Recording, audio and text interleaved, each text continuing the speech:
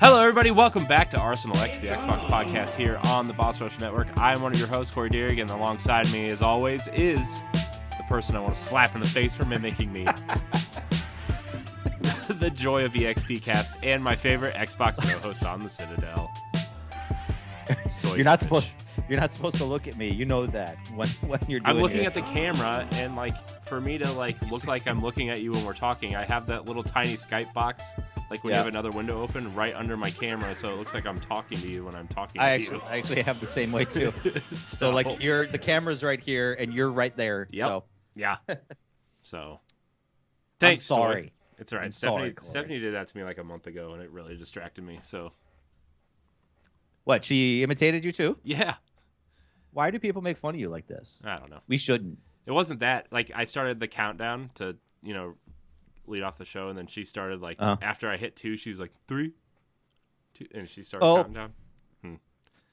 Okay. That's not cool. Come on. There's always got to be a countdown for everything. I was just on the Gaming Outsider podcast. I was just on a special episode, and Scott, the guy that runs it, I've known him for years, but he has a very particular way that he does his countdown. Yeah. So he syncs video with audio. So he's like, when I say 5, 4, 3, 2, 1, 5, 4, 3, 2, 1, I'm supposed to count out loud with his fingers. Oh. So it doesn't matter if he says 5. If there's a slight delay, I have to go with the fingers. And I'm like, I can't do that. That seems like a lot of work. Yeah, it does. I just record our audio through Skype. I've been wanting to use Zencastr, but I've been too lazy to set it up. I know it is. Yeah. I want to use it. I just haven't. We used it a couple weeks ago. Us EXP cast guys, we used it a couple weeks ago to record video and audio, and the video came out pretty good because Josh and I did a retro pickups episode. And I watched it on YouTube.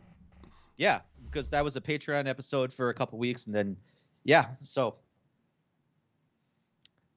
nice. We did a game hunting trip yesterday. We went up to I feel bad because we didn't let Jesse know because we were up in his area, and we got up there, and I was like, oh man, I realized way too late, when we were about ready to leave, that you probably should have let him know. So sorry, Jesse. Sorry. Okay. It's okay. He's gonna come on the show next week.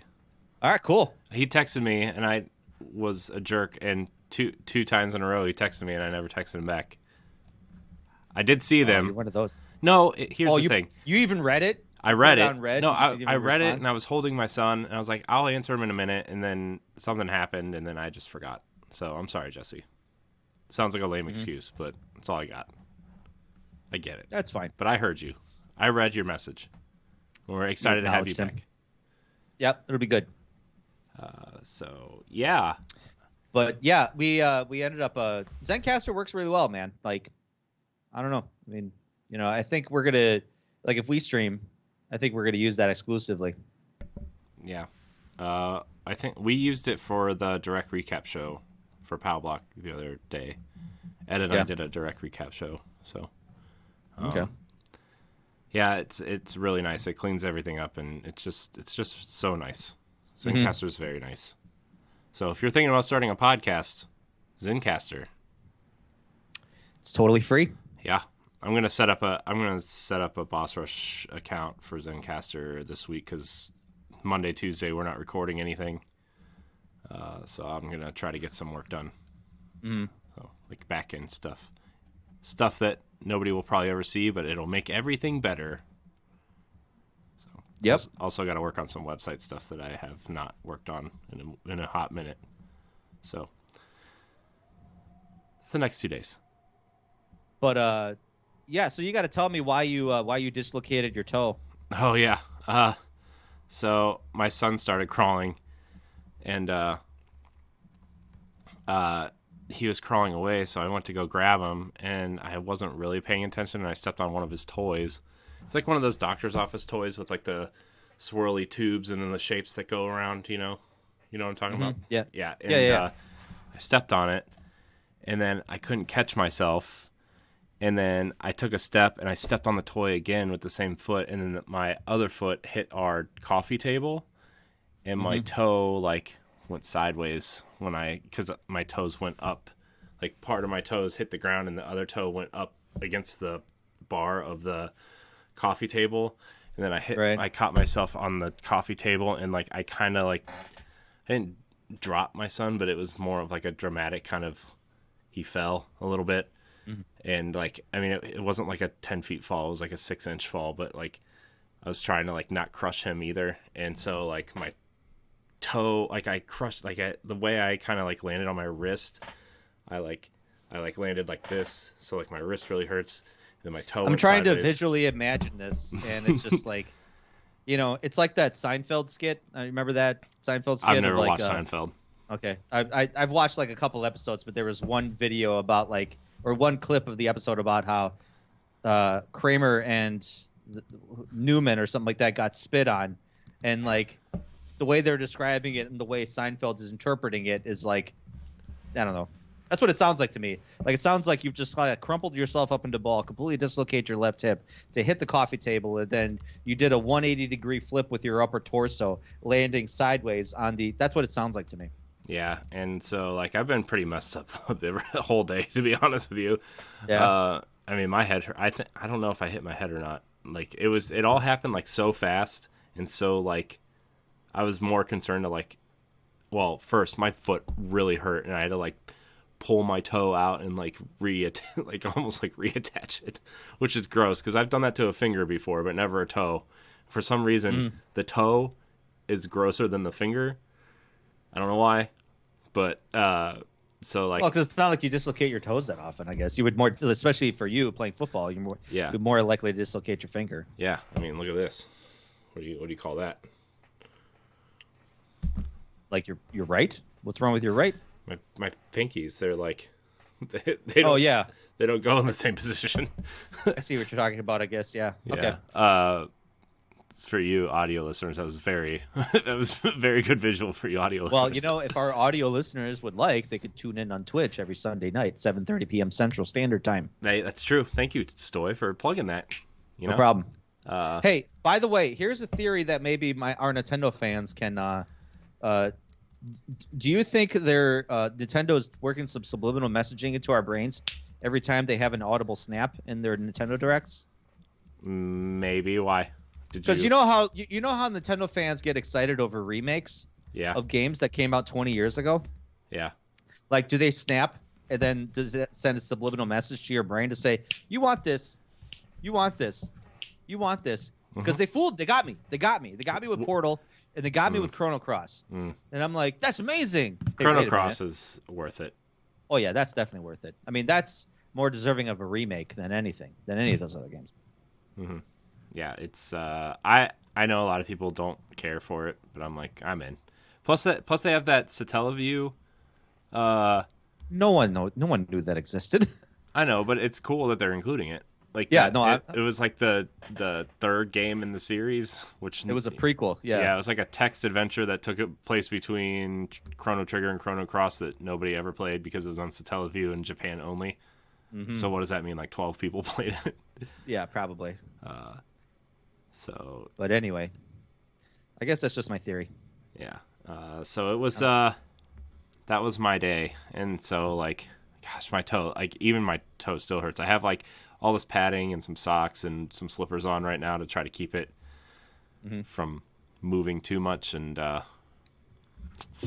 yeah, good times. Great times. Did you watch it? Did you watch the Direct, by the way? Speaking of, yes, I did. Yeah, there's some good stuff in there. Yeah, I'm at home obviously most of the time because I'm in school now. So yeah. Yeah, so I was obviously at home and I watched it. I mean, it comes on at 4, so I'm usually home anyway, even if I'm working. But yeah, no, it was actually a really good Direct. Like, it's about freaking time Nintendo started kind of like showing some stuff. Like, yeah. I mean, the last couple years of Nintendo have just kind of been like a, you know, I mean, I'm not an Animal Crossing guy, not a Paper Mario guy. What was last year? Or like Age of Calamity. I'm not like a Muso guy, but I played it because it's Breath of the Wild. You know? Right? Yeah.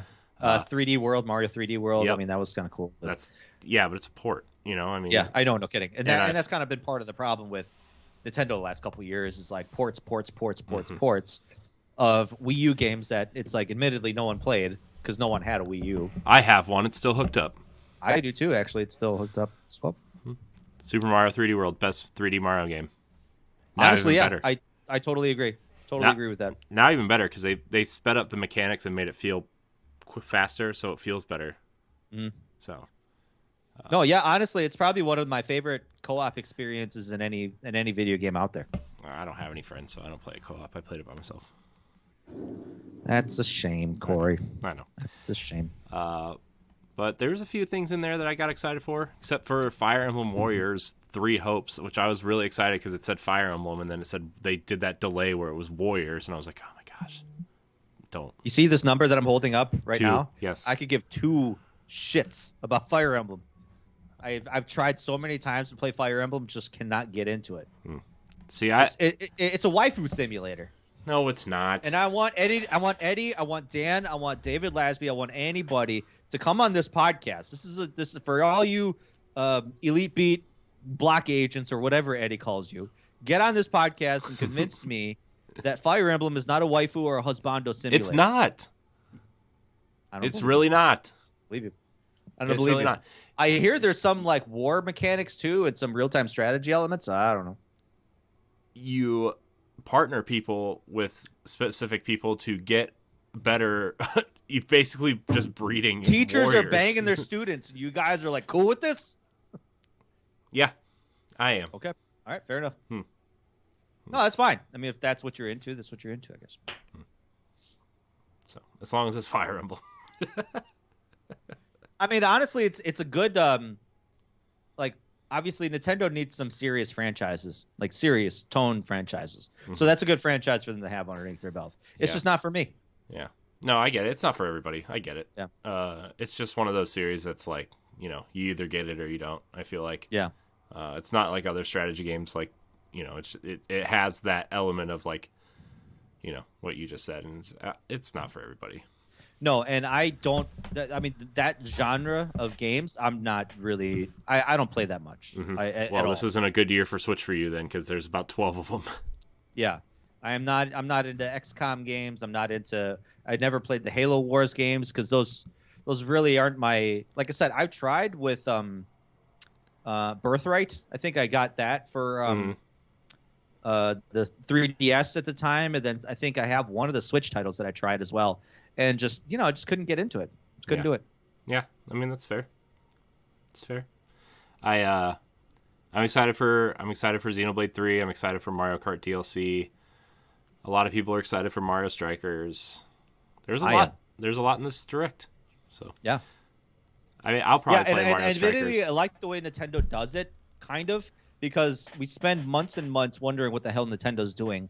And they don't say anything. They keep everything very close to the belt. And everything that they do announce, they say this is coming out in a few months. So they announce things when it's good and ready. Yeah. They didn't announce anything that was coming out before. Like, I think the latest is December. Or September, I mean, with September, Xenoblade. yeah, with Xenoblade, yeah. I mean, with the exception of maybe Front Mission 2, that they said they announced it's coming at a later date, but... Yeah, they didn't really show it though. They just said it was coming, right? Because they showed the first one, which is cool. I'm excited for Front Mission. Yeah, that's same with me. I don't really care about that either. So yeah, I mean they've got a pretty stacked lineup this year. They have Triangle Strategy coming in March, Kirby coming in March, Mario Kart 8 DLC. I'm telling you, man, Wii Sports 2, pretty much. 2022 is going to blow 2021 out of the water. It is. Nintendo 2021 Switch was a shit year for video games. Wii Sports, man. Yeah. Coming back. So excited. That was like the best thing I saw the whole direct. Right, yeah. Mario Strikers, Fire Emblem Warriors, Klonoa, Splatoon 3, Monster Hunter, Sunbreak. They've got a stacked year. Xenoblade, Bayonetta 3, Breath of the Wild 2, Mario Rabbids 2. So they've got a big year, and then they've got a bunch of indies and third parties and all that stuff. Advance Wars. So yeah. Any hoozle. We're not here to talk about Nintendo. Anyway, this is an Xbox podcast. It sure is. You know which Xbox podcast? Arsenal X, the Xbox podcast. part of the Boss Rush Network. You can catch us live every Sunday night on Twitch or on podcast services and YouTube on Tuesday mornings. If you listen on iTunes or Spotify, please leave us a 5-star rating and review. It really helps us out with discoverability, especially since, a lot of people are disappointed that we are not a soccer podcast, apparently. You can check out all of our shows and our content on bossrush.net, our website. You can check out Stoy on EXPcast. We should probably throw that in at the top of the show at some point. This is the Arsenal X podcast, so it is, but we do other things. Mm-hmm. We all have other projects. Yeah. By the way, I started promoting EXPcast through Boss Rush social media as well this week. Okay. Yeah, I think I saw that. There should or this week for scheduling. Yeah. Oh, okay, cool. So there should be a post going up on social media on Monday and Thursday when your episodes go out. Oh, okay, very cool. Yeah. The magic of Buffer, you can pre-schedule things and not forget people. So. Yeah. Because the computer remembers. Yeah. It always remembers. That's why, honestly, when you're, it's like you need like full-time staffers, like to run, like you need one person to run social media. You need one person to do audio visual. You need, there's like even like at the EXPcast, we tried running Headliner. Mm-hmm. It's like where they clip audio clips of your episodes, mm-hmm. and then you could like share it on social media, and then like people can listen to like 20-second clips mm-hmm. of episodes or funny parts, but that requires extra work because then you got to go back and you got to listen to that. Oh, there was that one really funny part, and then like you clip it and then you share it, and it's just it's a lot of work, man. It is, and it makes me feel like if we only had like 1 or 2 products instead of 7, we would be probably a lot more efficient at the rest of it. That's my fault, though. That's what happens when you try to kind of spread everything out, and I'm a dreamer. Okay. Yeah. I'm a dreamer. You got to keep going, man. Gotta live the dream. Mm-hmm. Let's jump into what we've been playing in weekly pickups, Stoy. By the way, buy our merch on the Boss Rush store. That's all I'm saying this time. Nice. I played Sifu. Ooh. And I've been playing that quite a bit, and I'm not a patient person when it comes to playing games anymore. I feel like I'm kind of losing my patience as I get older. And if you follow the EXPcast, we're actually going to have a topic about this week, because I kind of started to learn that, okay, Bloodborne, Dark Souls, Elden Ring, I'm really scared about, even though I really want to play it, but I'm scared. I'm a little bitch when it comes to these kind of hard games, where I'm like, it's too hard, I don't want to play it anymore, and then I go run away and hide in a corner and go play Mass Effect or some bullshit. Anyway, when I said that out loud in the episode, everybody laughed at me, and then like, yeah, sounds about right. my guys know me too well, but I really love Sifu because the mechanics are so tight and so good, but the game has those random bullshit moments that F you in the A really hard, and it's like it frustrates you because you could be doing so well, and the game is centered around like martial arts combat. The martial arts combat is actually really tight, really good. Countering, blocking, even dodging is so cool. You can kind of parry, obviously, as well, and initiate combos. Apparently I can't land a roundhouse kick to save my life, but whatever. So maybe I don't know. Like, it's hard. Like, it seems like every time, maybe Stephanie's been playing this game a lot. Maybe Stephanie can explain to me why I can't land a roundhouse kick. Yeah. I don't understand. But she's a martial artist, though, so she probably could. I would assume she could. You're just a beer drinking soccer coach now. Okay. I'm just a bitch. That's what I am. So yeah,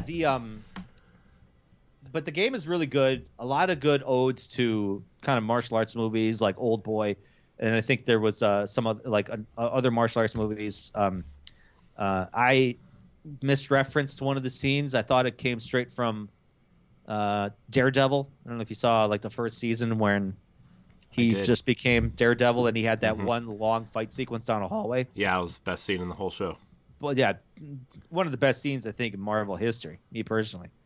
But yeah, those are going to be leaving Netflix soon. So I know. if you want to get them watching Luke Cage and Daredevil and Iron Fist, I guess. Jessica Jones. Jessica Jones is the other one. I think is the Punisher still staying on there? Nope, it's leaving too. Nope, that's the better one too. I hear they're moving to Disney Plus. Disney Plus is with Moon Knight coming. I hear the rumor is that they're going to have an adult section.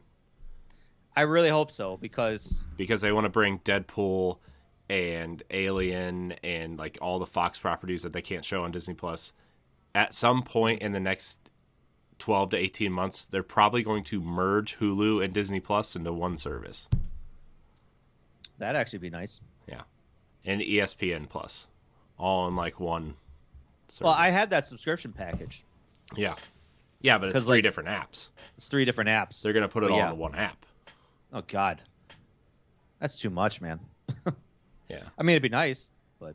Yeah. So, but yeah, otherwise, going back to Sifu, it's really good, but, like, you know, there's those, like, random bullshit moments where, like, you kind of, like, mistime things, and then all of a sudden you get your ass kicked, and every time you die, you get older. Yeah. And the more times you die at a stage, the older you get. So, like, if you die once, you know, you go up 1 year. But then if you die a second time in that same stage, you go up by 2 years. And then it keeps compounding and compounding and compounding. And I think that my first playthrough, I didn't finish the second area. I got to the club, and I got to 75, which was the max age. And the older you get, you know, every decade you get older because you start at 20. Every decade you get older. You get stronger. You get more damage output, but you drop a little bit of health, like max health. So risk reward kind of thing. But it's one of those things. I've been kind of replaying levels over and over and over again. So like if I die too soon, I restart and I keep going again. And if I die, I just restart and I keep going. I restart, I keep going until I kind of master it. And it's kind of like, you know, psychotic in a way of just like I'm repeating the same thing over and over again, you know. And sometimes I get a little further. Sometimes I die a little bit too soon, and then I restart going over and over again. And for me, honestly, that's fun. Like, I'm having a good time with that. If I don't beat this game, which I highly doubt I will have the patience for, I think I'm fine with it. Mm-hmm. And let me tell you, I've used the photo mode more times in this game than I think I ever have in any game with a photo mode ever. I've got some good pictures, man. Yeah, I mean it's a cool, it's a stylish game. Yeah, it really is. I see a lot. Otherwise, of a lot of people are getting into this. Yeah. Time exclusive. It'll make its way to Xbox at some point, I think, right? Yeah, I wonder if it's going to be a straight to Game Pass thing. I bet they're already working on that. It feels like a game that would fit right at home on Game Pass at some point. Mm-hmm. Otherwise, on the Xbox side, I've been playing Edge of Eternity, that RPG. Mm-hmm. Came out on Game Pass last week. Mm-hmm. And it's a good game. Like it's fine. Like it does what it needs to do. It's a very small studio that have been working on it for years, and they had the goal of making a Final Fantasy-like game almost in the modern era. So thinking like massive open world sections where you're just roaming around these massive open areas, you know, populated with enemies, populated with tall grass, trees, plants, you know, towns and cities scattered around all over the place. Mm-hmm. And pretty ambitious for a small studio. Like you think you're expecting a game like this coming out of like a Square Enix type studio or whatever, but right. I mean, you think about it, like that game for like 3 or 4 years was being developed by one guy. Yeah. And then he got funding for it and hired I think 8 people, 12 people, something like that. Yeah. I mean, you could definitely tell it's been made by a small studio because you know the art looks good, but it's like the mechanics. It's run on the Unity engine. Like the mechanics look so basic. Like, you know, say when you're walking through towns, for example, like characters don't really like move or have interactions or anything. Like, or even sometimes when you're talking to them, they don't emote. Mm-hmm. But you know, the game still has a good story, even though it's kind of slow to start. I'm like 8 hours in, and I really still don't know what the grand, story is. Yeah. I kind of have hints of what happens in the first hour. Yeah. Because like in the first part of the game, right? You're part of this. Your name is Darian, and you're part of this kind of like army, and this group of space people like kind of invades your planet, but like says, hey, we have all this great technology, we want to share with you, we want to kind of coexist. So everybody on the planet's like, hey, cool, you guys are cool aliens. And then all of a sudden they do cool a reverse aliens. They do a reverse, like, nah, we're not anymore, we're gonna fuck you up. So like they start kind of killing people and destroying people, and you're part of a military platoon going against these guys, and it's like you and everybody has like still like medieval weapons like swords, blades. I think there's like magic and mages and stuff like that here. You also have like you're in a camp and you have a team of like 3 of your friends, like one guy and then 2 other girls who have like different specialties, and all of a sudden like you're like, hey, wow, this is going to be my party for the whole game. Nope, you get wiped out immediately, and you're like, oh man, that sucks. But yeah, so like the first half hour, 45 minutes doesn't get explained for the next 6 hours. Like it's kind of weird, the story pacing of it. And I guess that's my only problem with this game, because the game mechanically runs fine. Like it's turn-based combat in a grid format. So like, when you encounter like a battle, you go into a turn-based system where like, you're waiting for your turn to strike, but like you can actually move around to flank your enemies, or you can move away from your enemy to kind of get away from striking range to, land spells or whatever. So it's kind of a cool concept with the kind of standard active time battle that the old Final Fantasy games, or even like I liken this game to Last Remnant for the 360. Okay. So yeah, kind of similar in that. I tried to play this because it's on Switch and there's a demo on Switch, and I wasn't able to get on my Xbox, so I was like, okay, well, I'll try it, and if I like it, I'll download it on Xbox. It's the cloud version. This is a cloud version on Switch. Yeah. And I highly doubt the Switch can run this game. I couldn't even get past the loading screen. Really? Yeah. God. It was not great. So, well, the not interesting recommended. thing is like the interesting thing, like the initial title screen. When you go through the initial title screens, there's a nice message from the developer to say, "Hey, thank you for supporting this game. We're a small studio, and this is our first game. Whatever." The Series X SSD runs so fast that you can't even read that message. Oh wow, really? Yeah, it like pops up for like half a second, then you're like reading it, and then all of a sudden it's gone. Like, what? I wanted to read it. I know. Like, I wanted to like take up time to appreciate the developer making this. The developer's name is Midgar Studios, so that's a kind of an ode to Final Fantasy VII. Yeah, I mean, I think they said as much as that this was it was inspired by that game at first, at least. Yeah. No, and honestly, like I said, is it a spectacular game? No. Is it a good game? Is it fine? Yeah.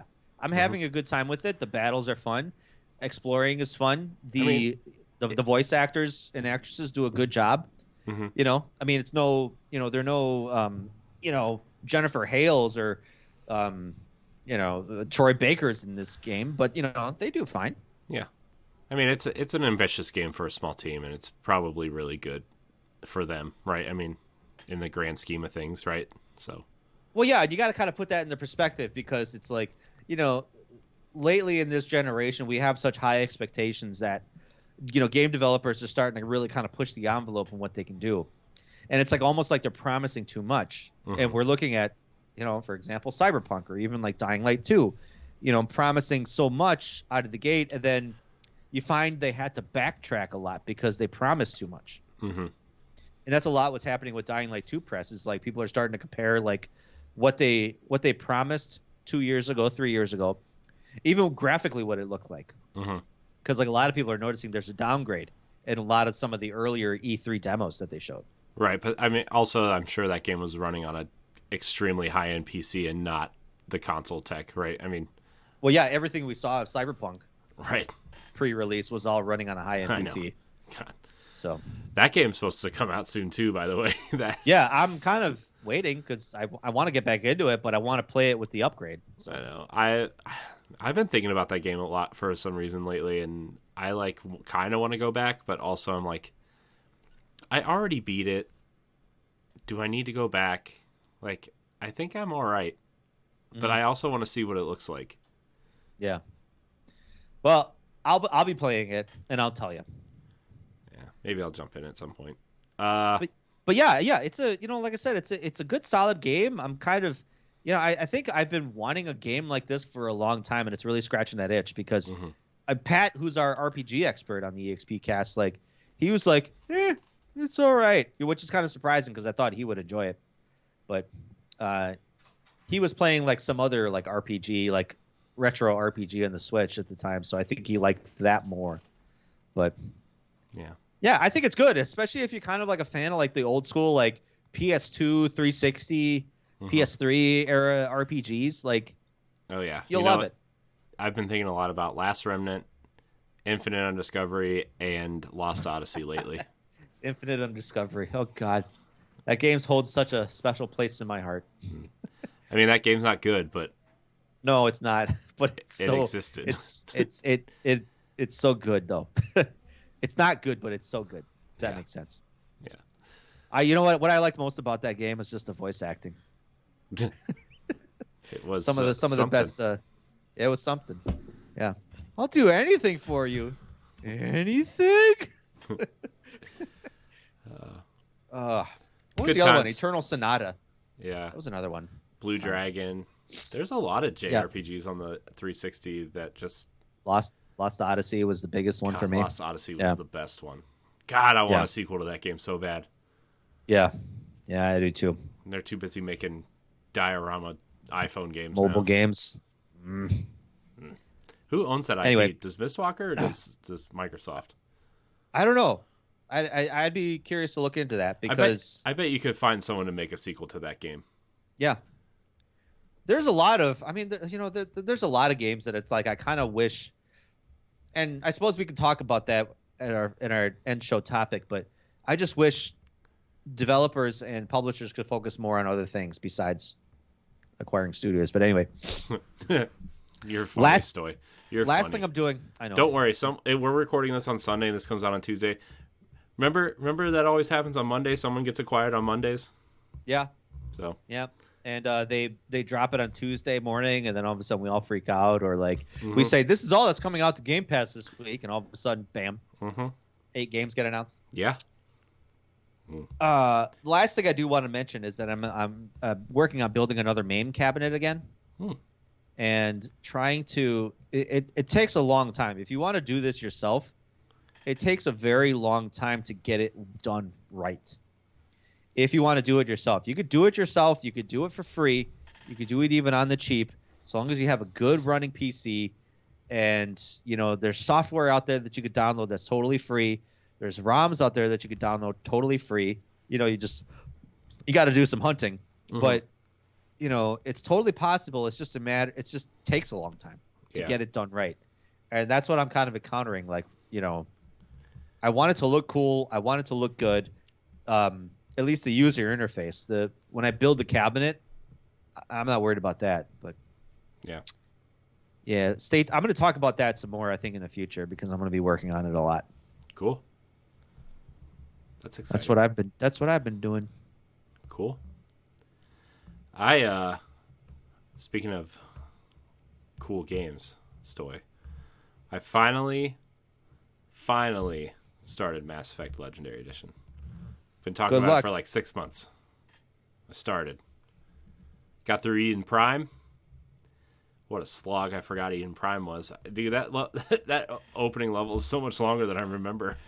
Yeah. And it stops like every 5 feet to get either Jenkins dies. Yeah, right. Or Ashley's running away. Mm-hmm.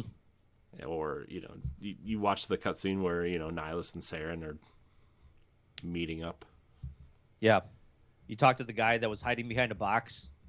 Yeah. It was basically the guy that fingered Saren the whole time. Yeah. Or the creepy assistant guy in the box, like the box car. where they're hiding. He was the one that predicted the Reapers. He did. Yeah, he was the OG. He was the first one. We should have listened to him. Should have listened to him. Guess who didn't listen? Yep. Guess the who council? Still didn't listen at the beginning of Mass Effect 3? The council, the Admiralty board for the whole human race. Yeah. And they're like, how much time we have?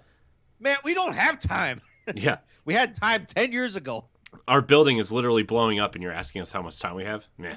Yeah. Nah. What can we do? Nothing. Run. Run. Yeah, I think I remember that scene because they were like, what should we do? And like, it's one of those as things, the like, Reaper's coming down into London and like, yeah. You're like, oh my god, that thing. I just really wanted the option. I really want the Dragon Age 2 did the sarcasm option very well. Yeah. And I love playing Dragon Age 2 as a sarcastic hawk. Mm-hmm. And I really wish Mass Effect had a sarcasm response because, man, I would be like, I can imagine like the sarcastic response, like, what should we do? And then have him just go, rubbing his eyes like, let me tell you. Did we not talk about this already? Yeah. Yeah. Talk about this for 5 years? God. Man. By the way, I probably spent like most of the time designing my Shepard because I refuse to use the default Shepard. Hell yeah. And every time there's something I'm like it always looks different in the character creator than when you go into the game and it's just like, oh man, should have probably changed that. Yeah, sometimes I wish you could actually change it, like mid-game. Yeah. Don't worry, I can change it in Mass Effect 2. Yeah, you can, yeah. It's nice because with the Legendary Edition, you can actually transfer that literal same model. Yeah. Yeah. Which is good. Good. So I've been playing that. I'm like kind of dreading the Citadel because I remember Eden Prime being shorter, but like I remember it kind of sucking, but also like it being a lot shorter, and I'm like, oh my gosh, the Citadel's going to take me like 3 hours. Yes, you're going to be in the Citadel for quite a while. So I'm it's all right. No shows recording the next 2 days, so guess I'll get that done. All right, there we go. Man. But I do have to say, Mass Effect 1, this version of Mass Effect 1 feels way better. It plays like Mass Effect 2 and 3. Well, I mean, like what I remember them playing, like still has that like weird RPG kind of like hit detection system, but at least it feels like I'm shooting them. So yeah, it feels accurate instead of just like I think my bullets are landing.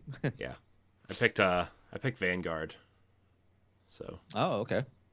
Which was, I don't know if I should have picked Vanguard or not. I probably should have just picked Soldier, but I was like, I play a Soldier all the time. I'm going to switch it up. I want to throw people and snipe them in the air. Mm-hmm. You did say that, yeah. Haven't done that yet. Well, you haven't unlocked the ability yet. I know. I will though. I will. Also, I'm trying to figure out who. I'm already prepping on who I'm going to save at the end of on what is it, Vermeer? Yeah. At the end, or not at the end, but like where you have to choose who stays and who leaves. Mm-hmm. Still trying to figure that out. I hate Caden, but I also know Ashley's kind of a space racist. Yeah, right. But they really they make it hard because they they don't make either one likable. I know.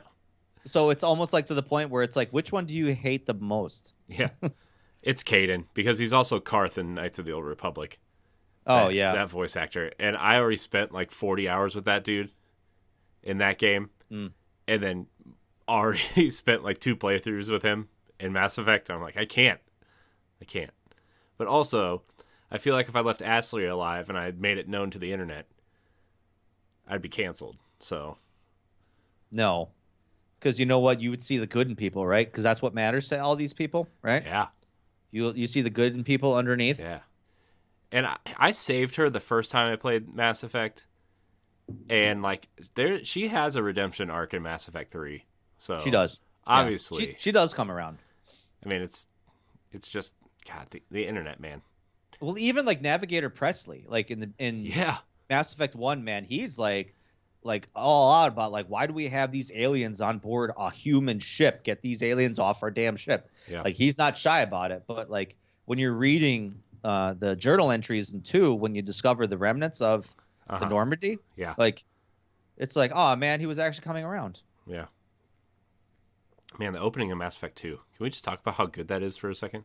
Oh, yeah, we could talk about it as much as you want. Just that opening, like where like you're running through the ship and like, well, for me it was Liara because I romanced her, and you just like you get blasted out into space, and then you realize like your oxygen is leaking, and you're like, yeah, and then you wake up in the Cerberus lab, and then you got to talk to Jacob, who's the worst character, and you're like, oh my god.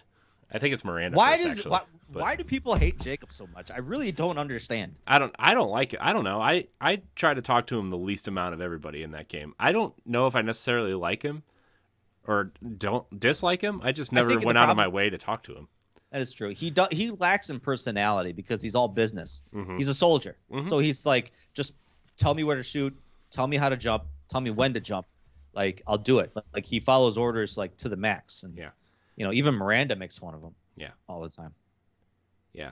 Plus, I think BioWare was actively wanting you to talk to Miranda. You know, camera shots and just her skin tight bodysuit, and you know. Well, hey man, she was designed to be perfect. Yeah. In every way. It's true. And I think a lot of people missed the mark on that. On the storytelling aspect of what Miranda is, mm-hmm. and how the game was trying to tell you that. Yep. Whatever. It's fine. It's all fine. So also I dabbled in Pokemon Legends Arceus was the other game I dabbled in, and they got me. I don't know if I like it. I don't think I do. But I'm gonna keep trying. I'm gonna keep pushing through. And I've also been playing more Metroid Dread because I would like to finish that game soon. Did you drop it down to rookie mode? No. I thought about it, but I did not. Mm-hmm. I have thought about it though. Yeah. Because I just want to play it. I just want to beat it. You know, I just want to be like, I finished it, and I'm proud of myself. I may do that. I mean, I've gotten a good ways away, and I do want to just finish it. Yeah. So, I might do that. You can do that mid game, right? You can just drop it down mid game, right? I don't know actually. I have my Switch right in front of me. I guess I could just look, but you know. Also, I was in the store looking for good deals, even though I just picked up a couple things and probably shouldn't spend any more money, but that's okay. That Nintendo Switch eShop is just filled with stuff. I know. Inside is $1.99 right now. Oh, that's cool. Inside and Limbo are both $1.99. You can get them both for $3.50 in a bundle, as they say. Both are good, solid games. They are. They sure are. But I picked up a couple things. I picked up Fire Emblem and Fire Emblem Warriors physically to add to my collection. I also got the Mass Effect Legendary Edition physically. So I'm like, cool. Let's just add it. Just shove it in there on that shelf. You know? Yeah. I actually picked up a Dreamcast over the weekend. Ooh, nice. Yeah. I have a Japanese Dreamcast, but it can only play Japanese games because I got that from a friend of mine. And so I have an American Dreamcast right now that plays American games. And I was playing Sonic Adventure 2. Yeah, how's that? That game is so good. It looks so trash on my HD TV, but it's still like, you know, I don't know. It looks good. Like I'm trying to kind of transport myself back to when I first played it and how it looked. And I'm letting my memory fill in the gaps, but I think it still looks good. It looks fine. That's good. That's good. I need to get another controller for my Dreamcast. I had 3. Do you want me to send you one? Why do you have? How many do you have? I have like 4 or 5 of them. Oh, I mean, well, actually 4. I mounted one. So called it a mountie. I mean, I guess so. I mean, sure. I don't need it like right now, but okay. Well, it's just something I was thinking about. We'll be in touch. If you want it, just let me know. Just say the word. I'll send it to you. Word. Okay. You want me to send it to you now?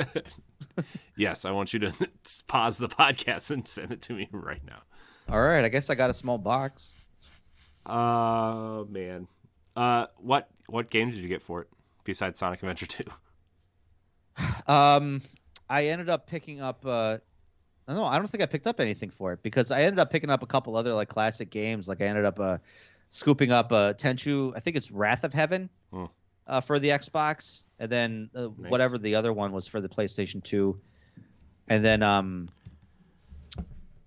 ended up picking up like Shadowgate 64 for the Nintendo 64, and Nice. and then Dino Crisis for the PlayStation, even though I already have it. Ooh, Dino Crisis. Oops. You should be getting those for Dreamcast, man. Yeah, I know. It's Except hard to Dreamcast find games Dreamcast games now. They're worth so much. Like Yeah, I know.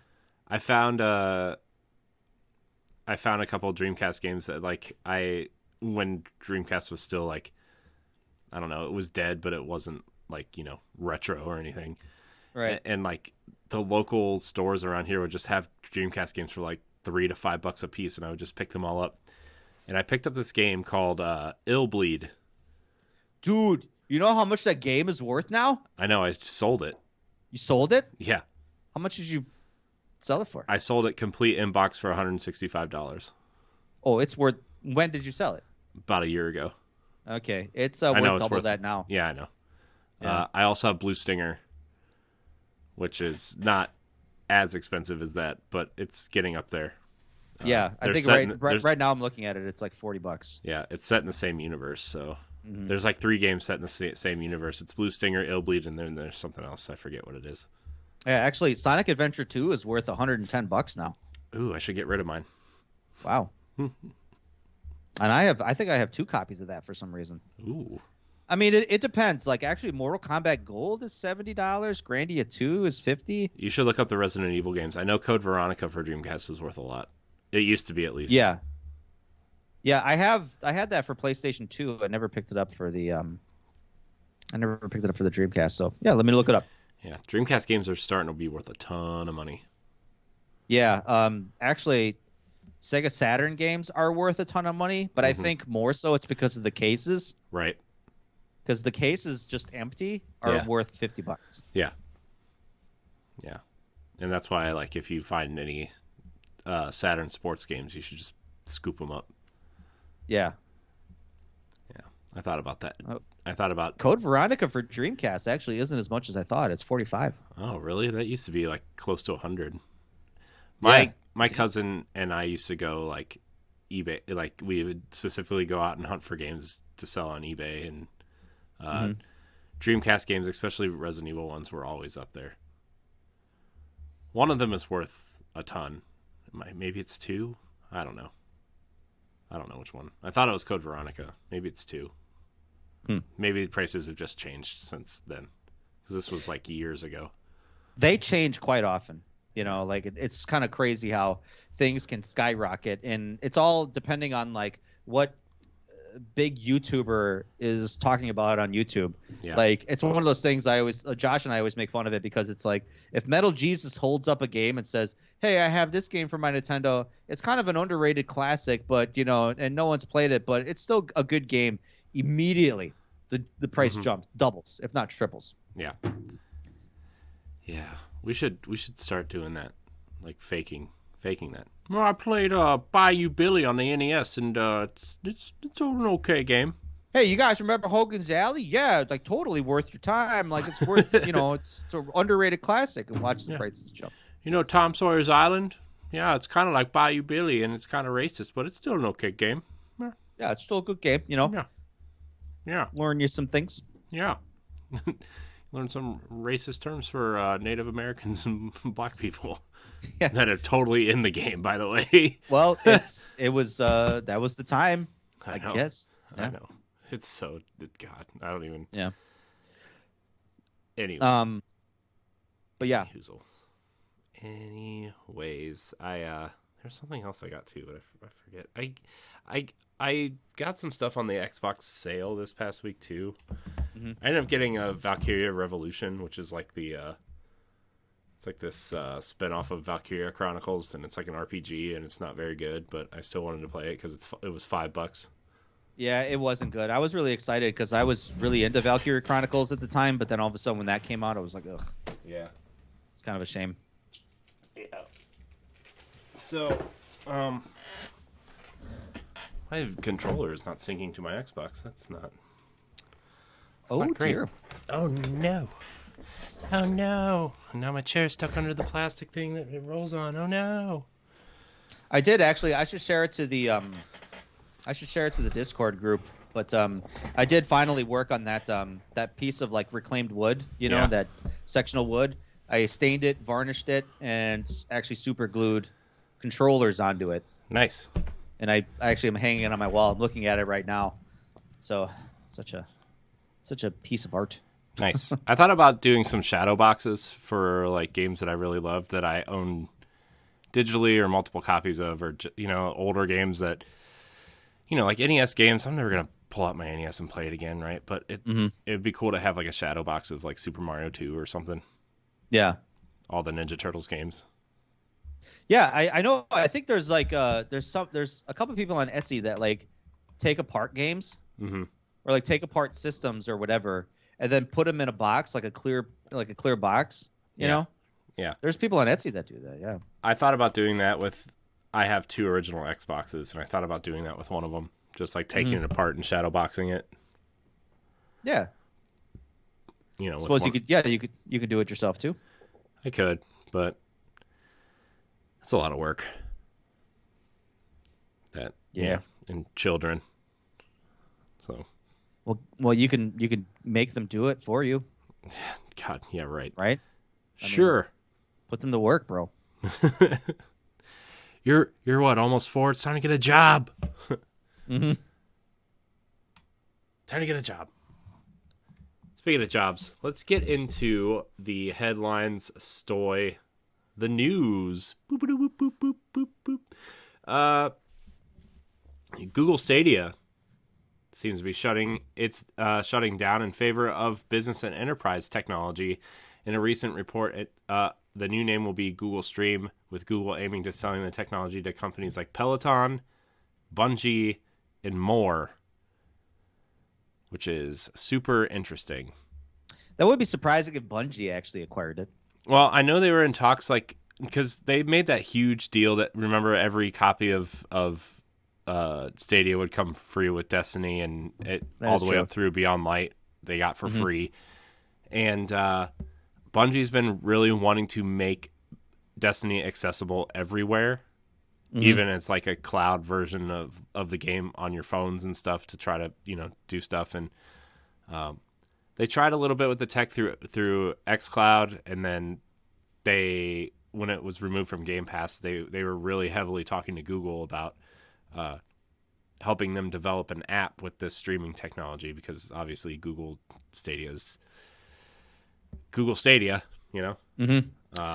It's kind of a shame. I have the Google Stadia service. I should actually probably cancel my subscription. I should do that right now. Yeah. I thought about getting it for a while. I was like, this right here is probably the future of gaming. They are just way ahead of their time. Yeah, I think it is. Like, if Google actually really invested in the software and really invested in their first party development, I think they really could have had something with this. Yeah. And like, also buying games a la carte for streaming probably wasn't the smartest idea either. They probably should have had some sort of, I don't know, subscription, I guess a Game Pass style thing for them, right? I think that's what Amazon's doing with Luna, right? They have like a Game Pass style service, but they also have add-on packs, right? And I think Stadia would have been much more successful if they did something like that and had a first party game at launch that people wanted to play. Yeah. I mean, it doesn't matter the tech. It's about the games, right? We talk about that about Switch a lot of the time, or any of these big behemoths, right? Like, I mean, Xbox has Halo, right? That Halo made the Xbox, and if they didn't have Halo, Xbox probably would have been dead on arrival, right? Yeah. I mean, they, like I said, there's always that one kind of piece of software that really defines a system generation. Yeah. So I'm sad to see it though. Like, I know it's been a butt of a bunch of jokes, but it was definitely a technology that was worth paying attention to, I think. And yeah. I mean, Game Pass and xCloud clearly kind of won that battle, at least for the time being, and at least they're looking to use the tech other places and not just abandoning it, right? So, well, like I said, I really think it kind of boils down to just broadband access. I mean, when you think of how many people really don't have good, solid broadband access, you can't take advantage of a streaming service like this. And I mean, that's why it's been such a slow roll. Like Microsoft's got its cloud, Google's got this, which hopefully they plan on farming out to other companies that could actually do something with it. But, it's a good service, but really, I think we really have to catch up with our internet service. Yeah. Actually, not to whatever, Sony, whatever, but I think Sony could actually probably benefit a lot from this. If they're going to try to compete with Game Pass and if whatever this Spartacus project they're working on is, like, they could definitely use something streaming wise, because PlayStation Now just kind of sucks at streaming, right? It's kind of like the big negative about that. So if they could kind of like rebundle this Spartacus package and be like PlayStation Plus and PlayStation Now and everything, and have this Google streaming tech instead of Gaikai's streaming tech, which, don't get me wrong, Gaikai's was impressive at the time, but it hasn't evolved. And no, it really hasn't. Microsoft's service is awesome, at least. I mean, it's not perfect, but it's serviceable. Yeah. And well, it's a lot more stable than Now is. That's for sure. Yeah. So, I mean, I if they want to compete with what Microsoft's doing, I think Sony should really kind of look into maybe striking a deal. Mm-hmm. So, yeah, maybe that's what Google is setting itself up to be. Mm-hmm. Like, honestly, I mean, it could work out for them. Yeah, it would be really smart for them, and even expanding past games, right? Like Peloton, they said, is something which is like the rich people's bike service, stationary bike service. So that's we'll see. But sorry, Stadia, you just weren't meant for this world. Your controller was cool looking though. I liked their controller. It is. It's a nice controller. It's a nice controller. I'll tell you that. I wonder if you'll be able to use it. Like I'm sure you'll be able to plug it in and use it for xCloud and stuff, right? I'm sure. Maybe. It's just a standard Bluetooth controller. Yeah. Yeah. So still use it, I guess. Neat. Yeah. All right, Stoy, let's move on to the next story. As if you weren't surprised, there's a new Call of Duty coming this year. It has been confirmed to be Modern Warfare 2, the sequel to 2019's stellar Modern Warfare reboot. Also confirmed, though, as a big surprise, this is Warzone 2, revealed by Activision as well.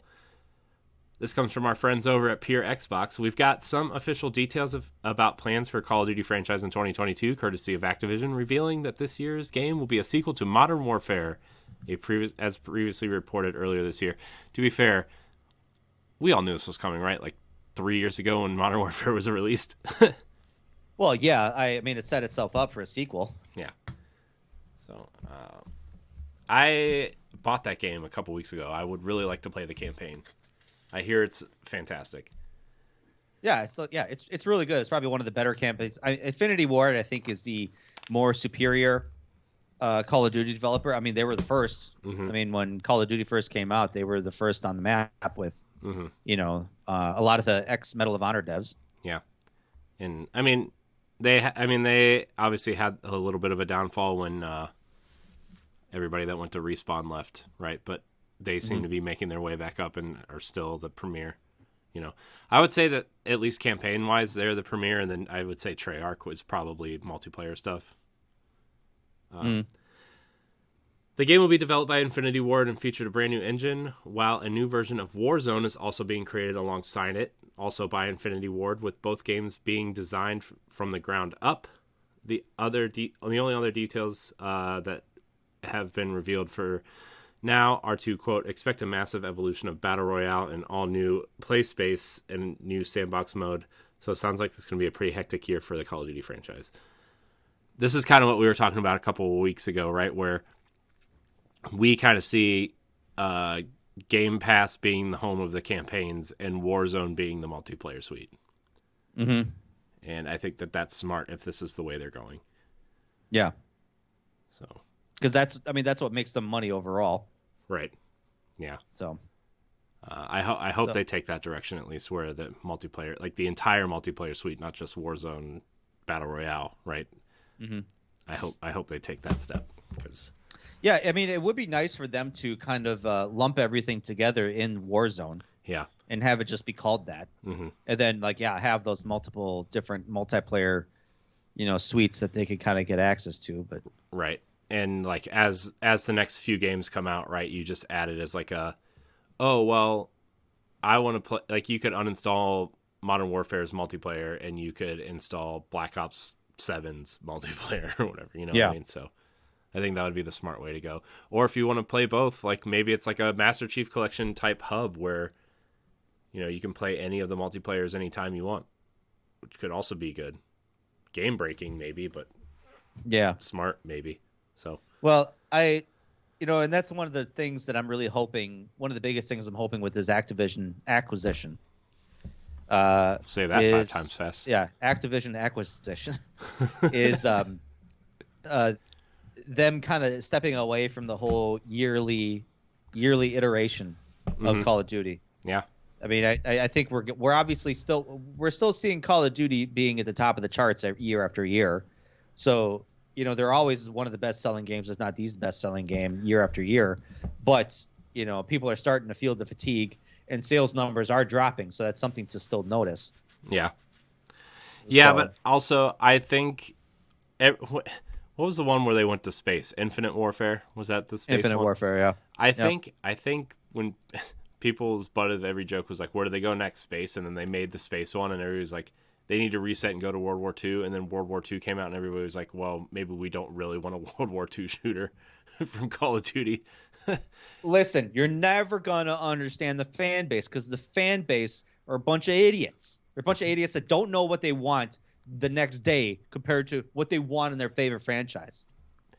Yeah. I'm sorry. It's just there's no consensus. The problem is that with such a big fan base, there's always these little like groups of people that some people say, I liked Infinite Warfare. Some people say I hated it. Some people said, well, I like World War II better than Black Ops 3 and vice versa. So, yeah, you know what? I make the game that you want. And if people jump on it, great. If they don't, whatever.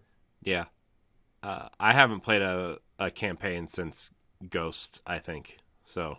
Oh, man, Ghost is the worst one. I know. Well, I played the 2 that were on the Wii U.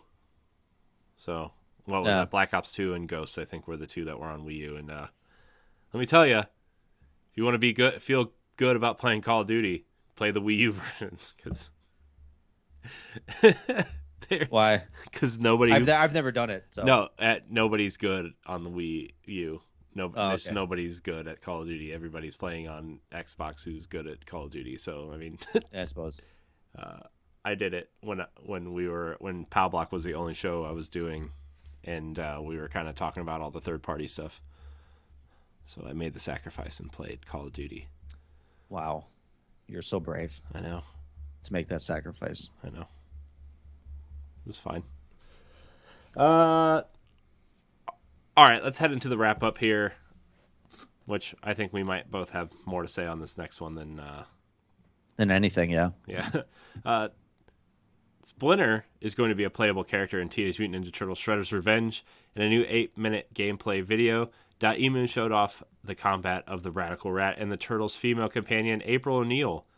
The game is hitting in all the right places in terms of nostalgia, and many fans are looking for anything good from the franchise.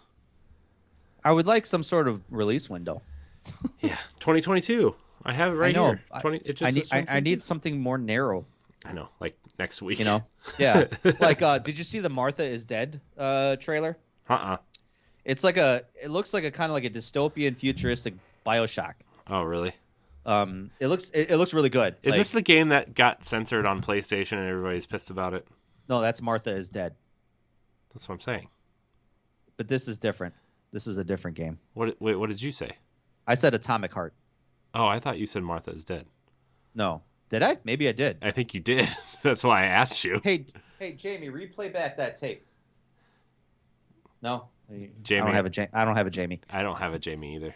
You don't have a Jamie? Okay, no. All right. Well, I guess you could just edit that in post. You'll have to actually edit in me saying Atomic Heart. Atomic Okay, Heart looks good, though. Atomic Heart. Yeah. I forget where I was going with that. It's like the last thing you said was like it's a dystopian BioShock was the last thing you said. Yeah, it pretty much is. Yeah. Anyway, I forget what I was saying. Teenage Mutant Ninja Turtles. Yeah. It's gonna be awesome. Where's the Casey Jones trailer, guys? I'm waiting for it. Come on. Oh yeah, now I remember. The Atomic Hearts trailer, at the end of it, kind of had this slow animation of the year that it was coming out, and it said 2022, and then it had half of the month edited out, and then it ended in BER. So it could be, September, October, November, or December. So obviously it's coming out in the last half. So at least Mayo, give me that. Yeah. Man, that sucks. Just give me stop teasing me, man. I know. Stop teasing. All I want is to play a good Ninja Turtles game. You know how long it's been? So good. You know how long it's been? Stoy? How long? Since a good Turtles game? Probably since the arcade. Not an okay Turtles game like on the GameCube or the Xbox 360. Okay. A good one. Super Nintendo, Sega Genesis. Okay. Yeah. Hyperstone Heist. Yeah, Turtles Hyperstone in Time. Heist is the best. It's the best. Yeah, really. So, give me a good Turtles game. Dottie Moo, hurry up. Take your time, but hurry up. Yeah, I want it now, but release it whenever it's ready. But I want it now. Yeah. Take your time, but hurry up. Or hurry up. Choice is yours. Don't be late. We're not going to get C and D for that, are we? I don't know. Okay. God, I hope not. No. Next up. But okay, so we could speculate. Obviously, Casey Jones is going to be up there because they'd be stupid not to put him in as a playable character. Who else could we see as a playable character? What about the remember the frogs from the cartoon with the Hawaiian shirts? Really, you think so? No, but I'm just saying you could. Or the duck that flies the blimp. Yeah, he could be that guy. Yeah. Let's see who else. You can have the robot turtles, but those are kind of villains. They're bad guys though. Yeah, they're bad guys. Yeah. Slash was a bad guy. Bebop, Rocksteady, bad guys. Tokar and Razor. Yeah, still bad guys. We could do the scientist from Secret of the Ooze. You just throw ooze on people. That was Baxter though, right? Wasn't that Baxter in the movie? I thought that was Professor Baxter. Oh. Tyler Perry played Baxter Stockman in the second reboot movie, though. Yeah, he did. Yeah, I don't care what anybody says. I like that. I like those Michael Bay ones. So do I. They were decent. They were good. The second one was way better than the first one. Agreed. But yeah, who else could we see? What if the Power Rangers show up? Because there was that weird crossover thing. That is true. Hey, don't Batman want it. Batman fought against the Teenage Mutant Ninja Turtles in the comics. Yeah, we get Batman. Oh, yeah, man, that'd be cool. Turtles were Injustice. Yeah, just saying, they were an Injustice. The only reason why I bought Injustice was because the Ninja Turtles were in it, and I played it for like 20 minutes. Yeah, that was the reason why I bought the expansion pack. Was like, that's cool. I got everybody else. I think Red Hood was part of the expansion pack, but then when they said the Ninja Turtles are coming, I was like, oh, that's an instant. Yeah, it's instant. Yeah, it made me really want an Arkham-styled Ninja Turtles game. Yeah, based on those models, they were so good. Honestly, that would be really cool if we got like a fully realized, like 3D action beat 'em up. Telling you, that'd be awesome. Sick. Be awesome. Pretty Give the turtles grappling hooks so they could, you could fudge some stuff, right? You give them grappling hooks. You give them some cool weapons and some cool upgrades. Yeah. Telling you, we're designing this game for you. Whoever owns Turtles IP right now, Nickelodeon, I guess, who doesn't care about games at all right now. Yeah. Free one. That's a free one. Anyways, speaking of free ones, we're going to move on. Ninja Turtles, can't wait.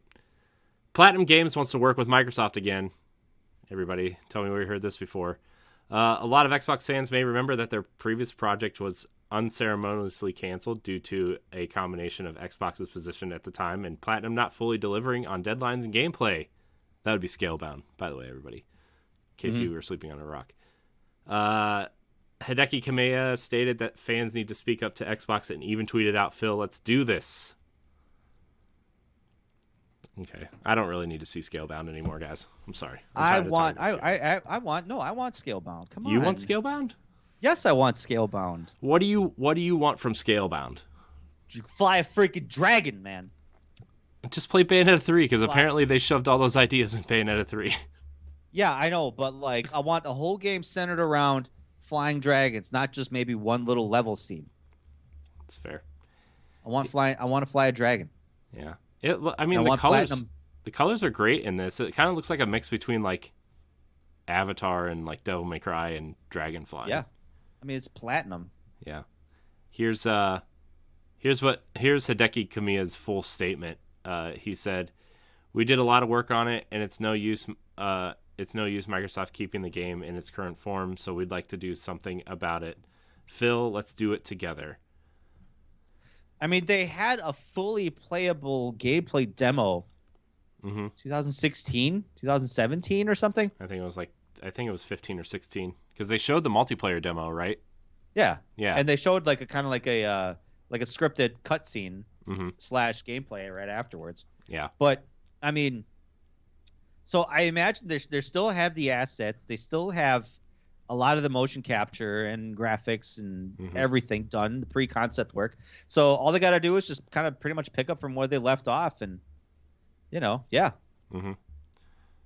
I mean, I would not say no to it. 2015, yeah. I would not say no to it. I'm just concerned that Platinum's pulling themselves too many different directions at this moment. Well, they need to cancel everything else to focus on Scalebound. They need to cancel Babylon's Fall, because that game looks like like trash. That game looks like trash, and that's coming out soon. Yeah, in like 3 weeks. I did not know it was coming out in 3 weeks until I was listening to a podcast, and they're like, "Oh yeah, that's what they're working on, and it's out in like 3 weeks." Yeah. Oof. So anyway, good luck, I guess. Sure. I mean, Platinum is a big enough studio that they can work on multiple projects. Like, obviously, they were working on Babylon Fall, and then they're currently working on Bayonetta 3 still, and who knows how long. They've been working on that one for a long time. And there's a rumor that they're working on Astral Chain 2 for Nintendo right now also. Right, yeah. And what was the other game that they were working on? There was a fourth game, because they have so many games in development right now. Yeah, because I overheard a rumor that they're working on Vanquish 2. Now, that Vanquish 2 would be a really cool Xbox exclusive. Like, I would love for them to kind of make an exclusive game for the Xbox, and that would be a good one. Yeah. If Scalebound doesn't work. Yeah. Look at this. Oh, game. there's like you have a dragon fighting battles for you. I mean, and your character has like a crossbow. He's like, "Don't worry, I'll show him." You launch a little arrow while like your fucking dragon's doing the work. Oh, Project GG was the other game they're working on, which is a spiritual sequel to Beautiful Joe, apparently. Oh, okay. Because there's like four people in the world that actually like those two games. I didn't play them, so I can't tell you. I liked Beautiful Joe. That was a cool concept, but Wonderful 101, just whatever. I played Wonderful 101. And let me tell you, if you want to play a game like Wonderful 101, you can either go back and play Beautiful Joe or play Pikmin. Pick one. Don't shove both ideas into one game and say it's good, because it's overrated. I'm going to throw that out there. Lastly, Stoy, Hellblade 2. I want to talk about Scalebound more. Oh, do you? No. Okay. Okay, we're done. We're done with it. I mean, fine. you could. I don't care. I mean, I'm still watching the trailer, and I'm just saying, like, they got. I mean, a lot of work is done. Mm-hmm. I mean, I imagine not like a ton of it, because they still got probably a lot more to do. I'm only watching like a kind of like a 5-minute gameplay trailer of it, but pre-production's done. All they got to do is pick up from where they left off, maybe make a few other quality of life changes. And I mean, they could. I mean, they could probably do a lot more now with the tech that's in these consoles now than they could have back then, right? With a launch Xbox One compared to a Series X, like that's Yeah, especially because Platinum said they want to go into the games as a service model. This kind of feels like if you're going to go the multiplayer route, you could definitely kind of try to do something like that. Maybe not a full-on Destiny style multiplayer experience, but you could do probably like a Borderlands thing where like every 6 months you release an expansion for it, you know? Honestly, I'm sick of the phrase games as a service. I hate that phrase so much. I also am, but Platinum came out in a statement. Their new president said that they are working on a couple games as a service because that's the way the industry is going. Mm-hmm. And I'm just saying, if you wanted to bring Scalebound back as a multiplayer game with some expansions, you could technically call it that if you want. Yeah, you could. So the more I'm watching this, I'm like, you know what? I could probably maybe get behind Scalebound. See, Could try. I could do it. I could touch it. Touch the dragon. Yeah. Feel the dragon. Be the dragon. He's your best friend. All right, okay, Stoy, we can move on now. Lastly, here in the wrap up, Hellblade 2 will be more ambitious than its predecessor. I could tell. In a recent interview with NME co-founder Tamim Antoniadis discusses the studio's plans for Hellblade 2. I hope I said your name right. Probably butchered it. It's okay. Stoy, any ideas? Tamim Antoniadis. Okay. Yeah, it's best I could do too. Great. He stated, the goal with Hellblade 2 isn't to perfect it, but to create an experience that feels more believable and more refined. Its ambition in terms of scale is bigger. I think Hellblade 2 will make Hellblade look like an indie game. See, I'm worried about this statement. Why is that? Because what made Hellblade so good was what it focused on.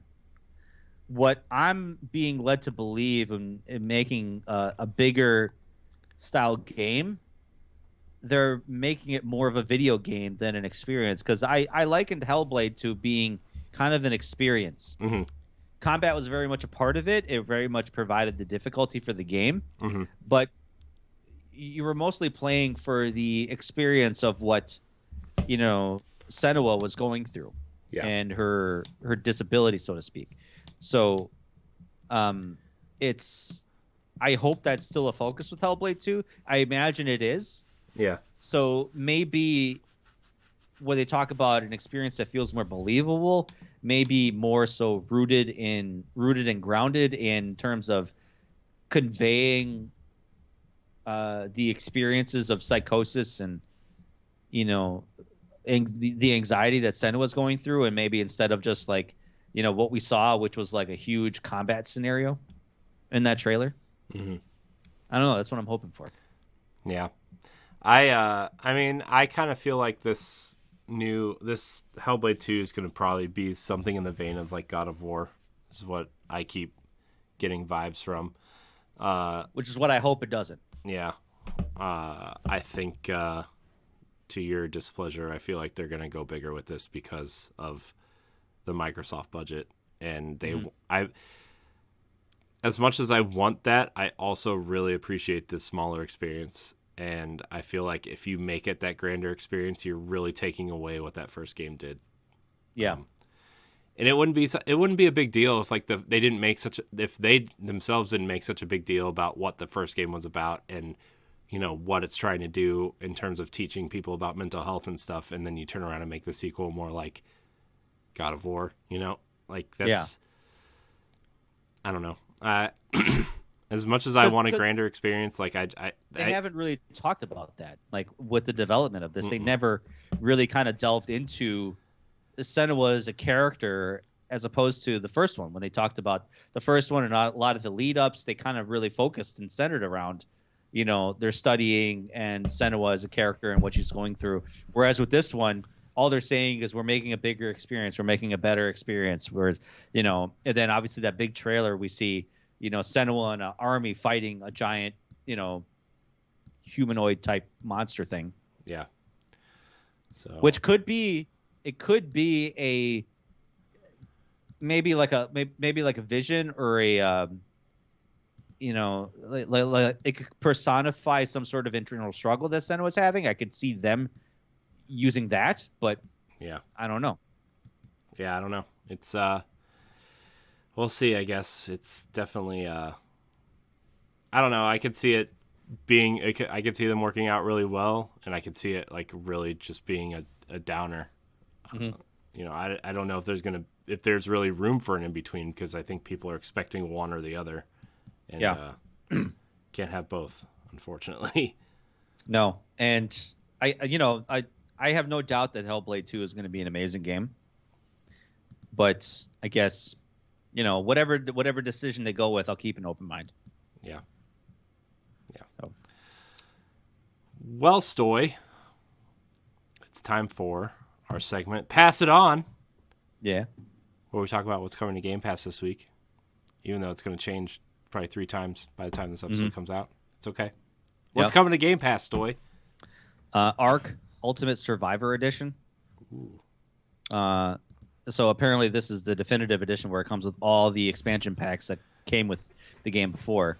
Now, keep in mind, this isn't the one that Vin Diesel's in. Why not? I don't think. I think Vin Diesel is one of the future ones. But, apparently this the Ark game is tame and ride primeval creatures as you explore savage lands. Team up with other players to compete in epic tribal battles and travel together to the greatest dinosaur-filled adventure of all time. So just... yeah, Stone Age, Jurassic Park type shit. This comes out on the 14th on Valentine's Day. So actually, by the time you hear this, it will be on there. Yeah. Play it with your lady friend or your man friend or, or just a whoever. friend.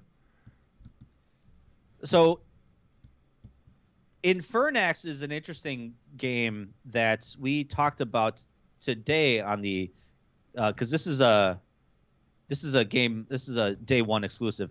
So this is basically a masochistic choose your own adventure Castlevania like game.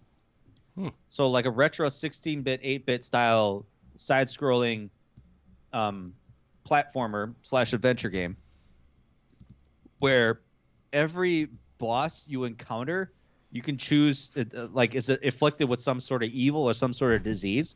So you can either spare them or you could defeat them. And kind of in the same fashion of what BioShock was, where the little girls, you could either kill them or spare them, can kind of affect the ending. Yeah. So it's kind of an interesting premise. Cool. So it kind of has roguelike elements, platforming and puzzle elements. And yeah. Neat. So apparently the developers have gone on to give it their own subgenre. They're calling it an ARPG. Oh God. They're calling it's called Awesomely Radical Playing Game. Okay. Not what I expected. How many more genres do we need until we get a letter in front of RPG? I know, no kidding. Well, RPG is not a genre anymore. I know. But it's a game mechanic because RPGs are in every game out there now. I know. It's just like, man, you have ARPGs, you have CRPGs, you have JRPGs, you have WRPGs. Yep. You have SRPGs, TRPGs. All kinds of PGs or whatever. Yeah. So, but yeah, that one's coming out on the 14th as well, which is actually kind of surprising because I think it comes out on everything else. It comes out everything else that day too. It's kind of weird. Usually games come out on Tuesday or Friday. Yeah. So it's weird. Yeah. Huh. So yeah, that looks kind of interesting. I think I may try that out. Because that's the nice thing about Game Pass, because you can try it out. If you like it, you keep playing. If you don't, well, then that's it. That's it. Goodbye. Yeah. So we still really don't know what's happening on the second half, but on the 15th, just as a reminder, Control is leaving, Code Vein is leaving, Final Fantasy XII, The Zodiac Age, The Medium is leaving, Project Winter, and The Falconeer. They're all leaving on the 15th. And I think for a couple weeks after they leave, you can still get them on a 20% discount if you're a Game Pass subscriber. Mm-hmm. So some of them are more. Yeah. You said what, Code Vein was leaving, you said? Code Vein was leaving. Yeah. Yeah, it's $12 right now. Code Vein is, and it's $60 normally. So I mean, that's a pretty... and keep in mind, Control is not the Series X version, right? That's on Game Pass, so that's just the standard version. Yeah.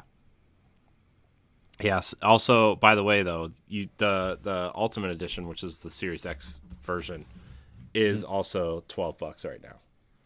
That is actually a really damn good deal. Yeah. So you should play Control. Don't play the normal version of Control. Play the Series X version. For the love of God, do not play that. I played Control, like the regular version or whatever, and it was fine. There's a lot of things, that game was not optimized for Xbox One, I will tell you. But you play that game at 60 frames a second. It's a lot smoother. It's a lot prettier. Ooh. Yep. There's ray tracing in there, and it's like, oh my gosh, this game is a totally different game. It's it's one of those games that literally the frame rate just makes it a different game. Speaking of Remedy games that developed the amazing Control game, Crossfire X is encountering a problem this week. Oh God! Because when you get the game on Game Pass, and maybe you downloaded this, maybe you're kind of confused as to what you got with Crossfire X. With the Game Pass version, you're supposed to get the multiplayer, and you're supposed to get the first campaign for free as part of the Game Pass. But if you download the game and you try to fire up the campaign, you'll find it's locked behind a paywall. You have to pay $9 to unlock that first chapter, which, by all intents and purposes, everything you read about before, it says Crossfire X on Game Pass comes with the first episode of the campaign, and that's it. Whenever the second episode comes out, that you have to pay for. So Microsoft is aware of the problem that Game Pass subscribers can't access the campaign, but they're also aware that the game is utter trash. The campaign is awful. And the multiplayer is having a lot of connection problems as well. Yeah. And when I mean the campaign is awful, I just mean apparently the enemy AI is terrible. Mm-hmm. The acting and the story is terrible. Is like just kind of laughable. Mm-hmm. So yeah. Yeah. So it's interesting. Play Control. Just play Control. Yeah. I really wanted Crossfire X to be a really good first-person shooter that I really have been looking for. But once I started kind of hearing what other people have been saying about it and this whole Game Pass thing, I'm just like, maybe it's a good thing. Yeah. I don't know. I thought about downloading it, but I was like, no, because I'm hearing too many things. It's just like, I don't even want to give it my Game Pass time. Yeah. So I think I deleted it off my hard drive because I checked it like every couple days. I'm like, oh, let's see if it's up there. Nope, still not up there. Because I at least want to kind of try it because sometimes people are just a little bit harsher than what they really are. But yeah. So yeah. Anyways, is that all that's coming to Game Pass this week? That's all. I just wanted to drop that little bit of news about Crossfire X because I imagine if you have Game Pass, you're kind of confused on to what you got with Crossfire X, and yeah, that's a problem. Microsoft is aware of it, but I imagine they're also aware that not a lot of people are liking this game. So do we really want to give this game away for free, or do we want to wait for them to friggin' fix it? Right. Well, all right, Stoy. Well, let's get into our topic of the show, as they say. Mm-hmm. So recently, Microsoft came out and said that they're planning on leaving Call of Duty and other Activision Blizzard games multi-platform, and they actually want to get more games across multiple platforms. And it just seems like their strategy they're being very picky and choosy with their strategies on certain games and stuff. And I thought it would be kind of a unique topic to kind of talk about what we think Microsoft's strategy is now that they own all of these studios and these publishing arms after all of these acquisitions. I know we kind of talked a little bit about who they could acquire next, which, by the way, rumors coming out, Stoy, after we had our discussion last week that Square wants to move away from their Western arm and kind of... So they really actually do. Yeah. Okay. How they're looking to offload their Western arm, which would be, what do we say? Eidos Montreal, Crystal Dynamics, and Crystal Dynamics Montreal, right? I don't know. But that would mean like Tomb Raider, Deus Ex, and Legacy of Kain are like the three big franchises that they have right now, and Guardians, I guess, too. Yeah. Of the Galaxy and Avengers. So I was just wondering what you thought about Microsoft's strategy, because Bethesda is clearly one strategy, Activision is a different strategy. So what are your thoughts on these different strategies that they're taking, these different approaches? Well, Microsoft has always said from the get-go that they want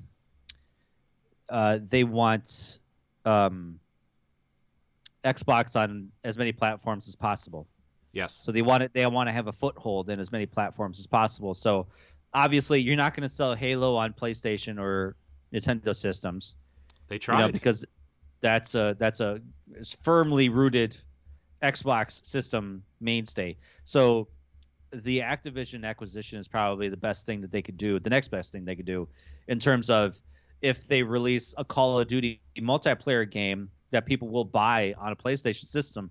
That part of that money obviously goes to Microsoft's pockets, as well as Sony's pockets, which could get butthurt to Sony, because I liken it to, like, imagine you're a Ford car dealer, and you're exclusively supposed to sell Fords, but Chevy wants to come in and sell, cars in your dealership too, even though Ford is kind of paying your dealership, so to speak. Right. So it's kind of a little bit of that. Yeah. And I think it makes sense though obviously Call of Duty is like a Minecraft situation, right? And they're kind of even evolving Warzone 2 probably into something like that, as well as like it transcends consoles. And so it's probably smart to keep stuff like that and kind of move these games where they make sense. I think Overwatch is kind of at that point too, where it's not as big as Call of Duty, but Overwatch kind of really transcends consoles, and it's a brand that all of Blizzard's games to an extent at this point. So like, yeah, it makes sense because Bethesda has always had a relationship with Microsoft, so maybe you want to keep a lot of that future stuff exclusive for Game Pass. But Activision, Blizzard has always been where's the money? And so, yeah, Call of Duty makes sense. Overwatch makes sense. I think getting kid-friendly stuff onto like Switch even would make sense. And then Microsoft can always say, hey, yeah, we're selling it on all platforms, but if you want it for free, subscribe to Game Pass. That's the angle. Yeah. That's the angle a lot of people thought they were going to take with Bethesda, before they kind of came out and said, no, we're not doing that. Because, like, they obviously think that whatever sales they're not making up on PlayStation is worth Game Pass subscriptions with Elder Scrolls and Starfield and Fallout and whatever the next couple games are, right? So, yeah, I mean, they can make more money selling, and Bethesda itself is obviously has to look out for their number one. So, we have to kind of admit that Microsoft doesn't necessarily hold all the power, even though they own them. Yeah, it's not like they just kind of walked in to Activision Studios or publishing arm with a suitcase full of money and just say, here's what we're doing. It's not a hostile takeover. Obviously, Microsoft had to make concessions in order to acquire these studios. Right. So, because it's not like Todd Howard of Bethesda would have just willingly just lied down, pulled his pants down and say, all right, I'll take whatever you got. I mean, they probably paid a ton of money in retention. Yeah.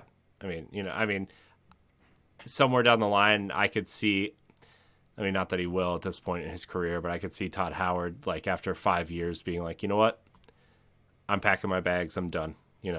After his retention's up, I could see, God, what's his name? Their marketing guy, Pete Hines. Yeah. He could either pack his bags and go somewhere else or be worked into the Microsoft marketing fold in general, Yeah. I mean, this is kind of job security because obviously if either of these guys leave, Microsoft's got like tons of openings for them. Mm-hmm. You know. Yeah. Yeah. I think that a lot of what Bethesda was doing was really interesting, Mm-hmm. but I think the way they got in sort of, I don't see. I'm hearing conflicting things. Like, were they really in financial trouble?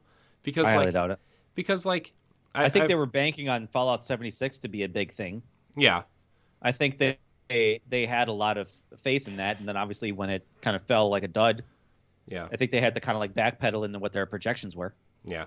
I've you sell like 40 million versions of Skyrim, right? Like, that should keep you afloat for a while, right?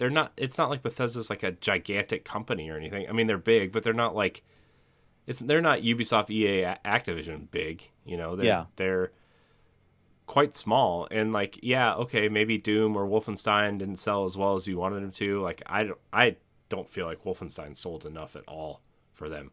Or Dishonored. No, honestly, Wolfenstein is like too good for what its sales numbers are. Mm-hmm.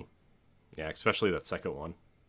Yeah, the second one was good. Yeah, and I don't know. I feel like I've been hearing conflicting things, unless they're just terrible money managers at that company, Mm-hmm. right? Like, I don't see them being in financial. They're not even like a publicly traded company either. It's all in house, So like, I don't know. But like, the rumor was that they were going to Sony to pitch these exclusives because Sony was going to pay them, and they needed that financial security. And it's like, well, but why? You sell 15 million copies of Doom, you sell 40 million copies of Skyrim, you sell all kinds of Fallout and everything. It's like, I don't know, but at any rate, like, having those games on Game Pass is like a big swing for them. But also, like, keeping Activision stuff multi-platform is also a big swing for them, because, like you said earlier, they're going to get all the money off the back end for a lot of this stuff. Mm-hmm. And yeah, it's just smart, What, admittedly, obviously, Microsoft is a business first. They want to make money. Obviously, they want to bring good experiences, but good experiences means money. Mm-hmm. So if they bring good experiences, if they get good studios that make good games, and they fund that, to these studios and to these publishers, and they get these good experiences, that means more money in Microsoft's pocket. So ultimately, in the end, let's not forget, these developers, these publishers, Microsoft itself, they're businesses. Their businesses run to make money. So that's their strategy. Mm-hmm. Is like, how can we get as much financial gain as possible? We just spent nearly $100 billion on all these studios over the last few years. So let's start to see some return from these. Mm-hmm. Yeah. And that's, I know that report came out where Phil Spencer said they're not raising the price of Game Pass Ultimate, which is like, that's great for us. The last time they tried to do that, they got huge backlash. Well, no, they got that for gold. They were going to double the price of gold. If they tried to do that for Game Pass Ultimate, man, it'd be even worse. Yeah. I feel like I get like $15 is a great price point, but at what point, like, man, they just, I feel like that. I feel as a business, when you price something, and I just heard this recently, when you price something, you really got to kind of take consideration of what you can do later on in the future. Right. If you make something too cheap, you say Game Pass is $10 a month, and you're increasing the value for Game Pass. More big games are coming to Game Pass. You can't increase the price, because that's going to get people to cancel your service, even though it's like we're only increasing it $5 a month, which in some cases it's not a big deal, but for some people they say $5 a month, nope, done. Yeah. I don't see a value in that extra $5 a month. Mm-hmm. And they can go dump that money somewhere else. But if you price it too high, and you get a small fan base of people coming to that service, and then all of a sudden you drop it $5, mm-hmm. then you get a huge influx more of people coming mm-hmm. in. Yeah. You have better leeway that way. So it's almost like you should be pricing it higher than what you think. Mm-hmm. Yeah. Because you can always drop the price. You can't just always raise the price. Right. I'm just starting to wonder, like, if Microsoft has too much now. on their plate, because they're at a point where they could release a major title onto Game Pass every 2 months theoretically, once these games start rolling out, which is great. It's great for us as consumers. It's just like, do they have the bandwidth to manage all of these studios? And I understand like Bethesda's going to kind of be under their own umbrella, and Activision and Blizzard are going to be under their own umbrellas, but like, have their own management and everything. But like, man, Microsoft just has so much now. And the fact that that they're going to probably end up with a couple more by the end of the year is like, how do you have the bandwidth to just buy all these things and keep it all lined up, keep all your ducks in a row? Like, it's well, keep in mind what Microsoft's vision is. Microsoft's vision is let the developers do the work. So they're just kind of like the dad sending the kids off to college. It's like, hey, get out there to do the work. Get what you need to get done. We're here as your support. We're here as your backup. I know, but if you games that you want, I understand that, but like, if a game's gonna, like, if you have a timetable where a game's gonna take theoretically, let's just say 4 years, and then it gets delayed, and then it gets delayed, and it takes 7, 8, 9 years, you think Microsoft's not going to jump in at some point? Well, I mean, they're either going to cancel the game or they're just going to, give them the time. I mean, they've done that before. They've allowed Halo Infinite to be delayed by a whole year. And the initial plan for releasing the Series X at the time was to be in line with Halo Infinite's release. Yeah. Well, I think Microsoft is going to be more forgiving than other publishers. And let's also keep in mind, too, the recent negativity of what publishers have gotten for releasing games too early or releasing games before they're ready. To say, we need this game to come out this quarter, so we're going to release it whether it's ready or not. It's going to burn you in the ass more so than just delaying a game maybe an extra few months or an extra year just to get it done right, which God help Microsoft if they released Infinite a year before it was supposed to come out. Yeah. If it was supposed to come out if it came out in 2021 or 2020 during that fall, oh my God, that would have been the end of the Halo franchise. Yeah. Yeah, but I mean, a game like Halo, where you have a whole studio dedicated to one franchise, I feel like, especially your flagship franchise, is that you don't think they're going to treat that differently than like Obsidian's Outer Worlds or Avowed or Wasteland from In Exile? You think they're just going to treat them all the same? No, I think they're going to treat them all the same. I really think, honestly, like I said, Microsoft is, like I said, a business first and foremost, but they want good products. So I think they're going to be patient enough to work with developers and give them what they need. Yeah. And obviously, there could even be instances where, you could farm out assets or you could farm out work to other studios to say, hey, we have a small branch of, In Exile Entertainment not doing anything. We could devote some assets to working on, Obsidian's new game, which would be kind of funny.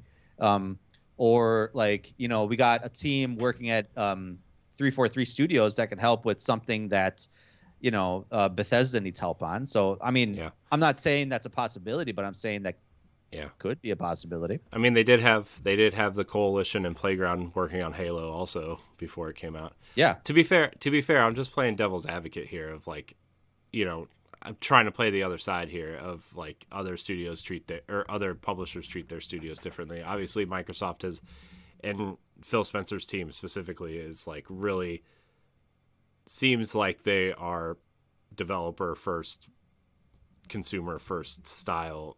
Obviously it's still business, but they seem to be playing that angle really well. And I just hope whoever takes over for Phil Spencer when he retires, I hope they have the same mindset, because I mean, this is a long-term investment. These studios are a long-term investment, and I could theoretically see Phil Spencer retiring before some of these studios put out their next game, which sucks because I like Phil a lot.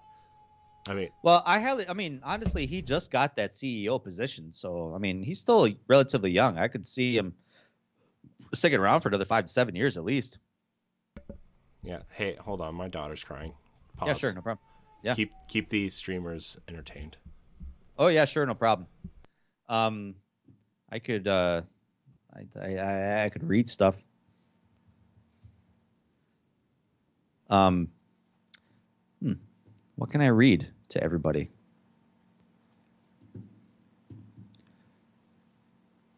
Who in the chat wants me to read something? Oh, I got no one in the chat really. So, golly.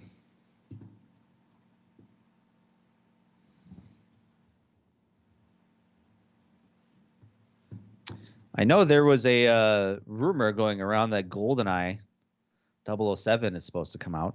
I think some achievements were leaked in January about Goldeneye coming out. And yeah, apparently it's supposed to come out in the next couple of weeks. What'd I miss? I started talking about the rumor that Goldeneye is supposed to get a remake and it's supposed to be coming soon. Oh, it is? Did I miss that? I missed that. It's right here. It's literally on the front page of Pure Xbox. Yeah. Yeah, I'm excited for that. I wonder. I am not. That game needs to stay where it's at. I want to see what it's like. I bet it's on the Perfect Dark engine, the one that they did for Xbox Live. Yeah. I bet it would be fun to play through the dam in the facility, and then be like, that was a fun romp, and then you uninstall it and never play it again. Mm-hmm. That's how I'm envisioning my time with GoldenEye. Yeah. Who's developing it? Do we know who's developing it? No one says. Yeah, no one says. I didn't really say. Interesting. What if it's DLC for Rare Replay? That would be kind of funny. I mean, I could honestly see them kind of just shoving it in there without like saying anything. Mm-hmm. That'd be weird. All right, so where were we at? It wasn't my daughter; it was my son. My daughter's fast asleep, so okay. It's fine. Life, people. I think just in terms of Microsoft having just being developer focused, and it's one of those things on paper and in interviews and the public, obviously he's doing like a political, like kind of like public service campaign of just who Microsoft is and who, what Phil Spencer's about, and Microsoft being number one game focused because that's what made Microsoft lose the audience in the first place. They weren't game focused, so now they're trying to reverse course, make it about the games, giving themselves a good public image, and acquiring all these developers, but always saying like, hey, we're going to work with them first. And obviously Activision wouldn't have jumped on board with Microsoft if they didn't know, if they knew that other developers were having a bad time with Microsoft. And from what I even hear, I think we talked about this way in the past, that a lot of times, a lot of independent developers like the Microsoft's commitment to indie developers and indie games and marketing indie games. And they say in a lot of cases, Nintendo is the worst. Yeah. Yeah. That's so, I mean, I don't know how much that is true, but I was reading a news article like months ago that kind of when they talked about all the developers, like honestly, Microsoft's and PlayStation storefront is much better with showing you recommendations. They're showing you, hey, you might like this or you might like that better than Nintendo's eShop does. Nintendo eShop doesn't show you anything. We just talked about that on the PAL block that's coming out the day after this releases. Ed and I recorded one on Friday, and we talked a lot about like how Nintendo can improve their online service, which was a lot. Yeah, they could improve it a lot. But like, we were talking they could do. We were talking about the store in particular, and it's just like it's literally just like as the games come out, the new games. All the games are sorted in release date order, and they have like a few featured ones that they switch up every week. They have great deals, which is like, well, that whole pile of crap is like just thrown in there, and then like it's just they don't do anything to help you discover games that you would be interested in, right? There is zero discoverability. They really don't. And like I mean at this point I don't know if Nintendo even cares, because I think Nintendo knows you're either going there for first party games or indies that you already know about, and that's it. And crap that's on sale. That's what I've picked up from Nintendo. It's like I love Nintendo games. Don't get me wrong, I love Nintendo games, but like their store just needs something. Yeah. something. So, but Xbox's store is great at discoverability. I've found tons of games that I probably would have never even found based on discoverability in their store, and and Game Pass does that really well too, right? I mean, yeah, it's just, I mean, that's the nature of Game Pass at this point, right? You know, and then like I heard this thing the other day where somebody said that indie developers are really scared of the Activision acquisition, being afraid of being buried on Game Pass now. And it's like, I don't know. I don't think that one necessarily, you know, is indicative of the other. I think people who are into indies may seek you out, you know? No, I think so. So, I mean, Microsoft has that ID at Xbox Yeah. where they actually, you know, you submit an application, and if Microsoft likes your stuff and likes where you're going with it, they'll provide you funding. yeah. And I think they're more likely to do that than ever now because, like, Microsoft is kind of like, not like notorious, but like, I mean, remember Xbox Live Arcade? They did such a great job of like making indies discoverable, but then they had all these weird restrictions that they've recently lifted, and then indies started. Obviously, the Switch is just like an incredible indie machine at this point, and people seem to go there. And then, you know, a lot of indie games kind of go PlayStation first sometimes, and Xbox has been really trying to gain back what they were known for. And ID of Xbox, I don't know if you watch their YouTube channel at all, but they put some really weird games up there that I'm like, I don't know, but it's weird. And then it ends up being on Game Pass, which is like, oh, well, I hope someone gets to play that because that seems interesting, I guess. You know, it's weird, it's fun, it's dumb. I mean, look at Deer Simulator, right? I mean, yeah, right. Someone made that game. Or Procession to Cavalry. Like, those games are so dumb, but they're on Game Pass, and somebody liked them. Hell, I did. I enjoyed my time with them. Yeah. The you know, and hopefully, obviously, I'm pretty sure we know Microsoft's commitment to the indie space is going to be still paramount during this whole process. And, you know, it could even pave the way for bigger independent studios to come forward and work with Microsoft. Like, I look at, for example, Slow Clap and the Ember Labs for the PlayStation. Yeah. You know, Slow Clap made Sifu, and obviously Ember Labs made Kenna. Yeah. And, you know, those are considered indie games. They're made by small team of developers, but they give you almost like a AAA experience, a very good, satisfying experience. And, yeah, I mean, just straight digital releases for the most part. I think I have a physical copy of Kenna, and I know there's a physical copy of Sifu coming out soon. But, you know, if Xbox continues to cultivate their platform like they should be doing still, obviously, yeah, focus on these big studios, but still focus on your smaller devs. I hope they do. We can start to see kind of more come out of these studios. Yeah. Yeah, and, like, on top of, like, I know that, like, Microsoft kind of doesn't really get a lot of the Xbox first in terms of indies. I mean, we got Tunic, we got Below at one point, like, Limbo, obviously back in the day, but, like, Sifu and Kenna are pretty big indie titles that, like, we were talking about. Sifu seems like the perfect Game Pass game once it starts coming to Xbox, which I totally see it coming to Game Pass, right? That is totally a Game Pass game. Kena, not so much. I feel like that won't hit Game Pass because I feel like it was such high profile. I hope it comes to Xbox. The developer said that they even though like the exclusivity is up in like March, I think it was 6 months, that like they might not bring it to Xbox just because that it was a lot of work, right? And yeah, which, look, especially for their first game period. Yeah, but I think that's a game that Phil Spencer would really want on the Xbox. I could totally see him being like, "Hey, if you want to port this thing, we'll cut the porting fee or whatever, or you know, like the development fee for that, and we'll throw you some money to port it over here because we really want this game." Because that's a game that I really want to play.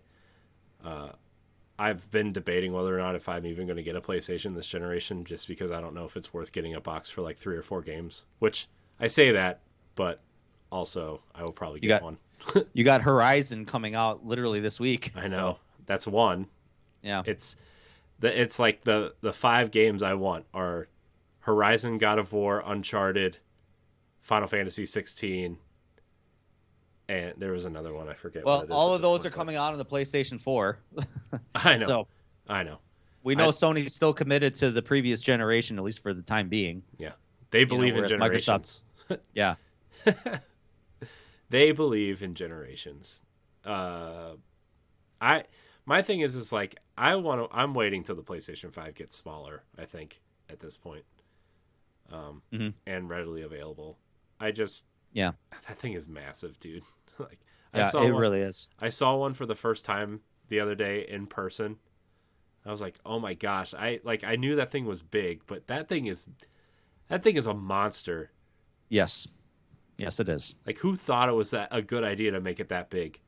I thought the Xbox Series X was big. And like it's not. It's actually like the Xbox One X is taller, at least. I think in surface area, like the PlayStation 5 is much bigger, even though like when you look at the Series X, you think like that thing is like a giant brick. Yeah. But like, yeah, when you look at the width and the height of the PlayStation 5, yeah, definitely bigger footprint. Yeah. So like I'll get it eventually. I'm just like not in a hurry at this point.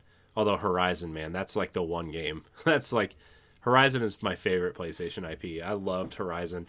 And like I played it after Breath of the Wild because not right after I waited. I got Horizon the day it came out. I got the special edition with the steelbook and the statue and everything. And I played it and I loved it. But I also pre-ordered the Switch and Zelda. And I'm like, I played Zelda first because I'm a Nintendo knee, whatever, get on my knees, whatever, new knee pads. I don't know what you want to say. There's a joke in there somewhere. You can figure it out what you will. But I don't want to. But right after that, like I was like, I'm not going to go right into Horizon because like I don't want to compare these games. I don't want to like sit here and compare these games and say this they should have done this, Horizon should have done this. And I mean, to be fair, it looks like Horizon did exactly what I was complaining about, like the climbing kind of almost everywhere, and they even added the little parasailer thing, right, from Breath of the Wild. But yeah, I don't know. Hey, I mean that's a whole nother topic in and of itself, to where games borrowing from other games is actually a good thing as opposed to being a bad thing. We shouldn't see it as a negative. Yeah. We should see it as kind of like, everything is borrowed from something else. Right. And like, I don't really do that. I'm glad they borrowed that stuff from Breath of the Wild. I think it's going to make that game infinitely better. Yeah, of course. Just like Halo adding the grappling hook from like Doom or even some of these other games, right? Like that makes that game even infinitely better. I don't know how you go back to Halo and not use the I think that's going to be a mainstay for the next iteration of whatever campaigns they use. But I mean, kind of going back to what I feel Microsoft's strategy should be now is I really think it's untested waters at this point. I think they really haven't even fully shown what their acquisitions have been able to do. Yeah. I think the more recent, over the last like year and a half, I mean, I guess Double Fine was kind of their first big game from a recently acquisition studio. Yeah. And that's not a AAA game by any stretch of the imagination. So, I mean, yeah, you got like Halo, but they've had 343 Studios in the bag for a while. Playground Games with Forza Horizon 5, and so obviously those have been mainstays for a while, but we really haven't seen anything big from a Bethesda, Machine Games, In Exile, Obsidian, anything like that. So yeah, I mean, I think we're still like 2 years away from seeing the big things of what these studios can be. I mean, you could technically Microsoft argue can make the assessment. Microsoft can make the assessment to say what's working and what's not. If they turn out good sales with Avowed, the the big RPG that Obsidian's working on, then they could kind of double down to say, okay, we're making enough money, systems are flying off the shelves, people are up in their Game Pass subscriptions like crazy, it's becoming a big success. So a lot of times you really can't gauge what's going to happen unless you just really start doing it. Yeah, I mean, you could almost argue that Outer Worlds might have been their first kind of, because that game came out technically after they acquired them, but like, I mean, like you said, I think Microsoft's next step is assessing, like you said, but also like giving us a roadmap and like letting us see where these acquisitions and these games fall, right? Like we know Redfall is supposedly supposed to come out sometime this year, although the rumor is that it's delayed. Starfield is kind of like the one everybody's pointing at, being like, how is this going to do? You know, I mean, that's their flag is in the ground in November, right? Mm-hmm. So that's probably like, obviously, like you said, Forza and Halo and Psychonauts was a great way to end the year last year. Awesome way to end the year. But like we're looking at this spring and Microsoft doesn't really have anything, you know, it's, no. I'm a little, I'm ready for the point where Microsoft's going to be like, hey, February we have this, March we have this, May we have this, August, October. We're still a ways from that. I mean, like I said, 2023 will be the year of like we'll see a good contingent of stuff probably in the last half of this year. Mm-hmm. Oh yeah, I don't have any doubts about that.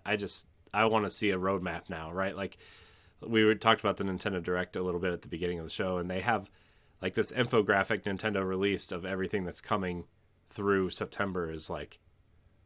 I wish Xbox would release something like that. This at least for like, you know, I mean, Nintendo has third parties, indies, and first party games on this infographic. I'm like, I would like to see a roadmap from Microsoft. That's all, just to know when and what to expect. It's tough with video game development because, you know, as we see more and more, video games are, you know, becoming bigger. They're becoming more ambitious. They're becoming harder to make now because. You know, gamers' tastes are evolving faster than developers can keep up with. Mm-hmm. You know, you could be making a battle royale game one half of the year, and then all of a sudden, you know, the last half of the year now battle royale is dead in the water. Mm-hmm. You know, and every other battle royale game that's coming out is falling flat. Mm-hmm. I mean, you know, Ubisoft's take on the battle royale game died within a year.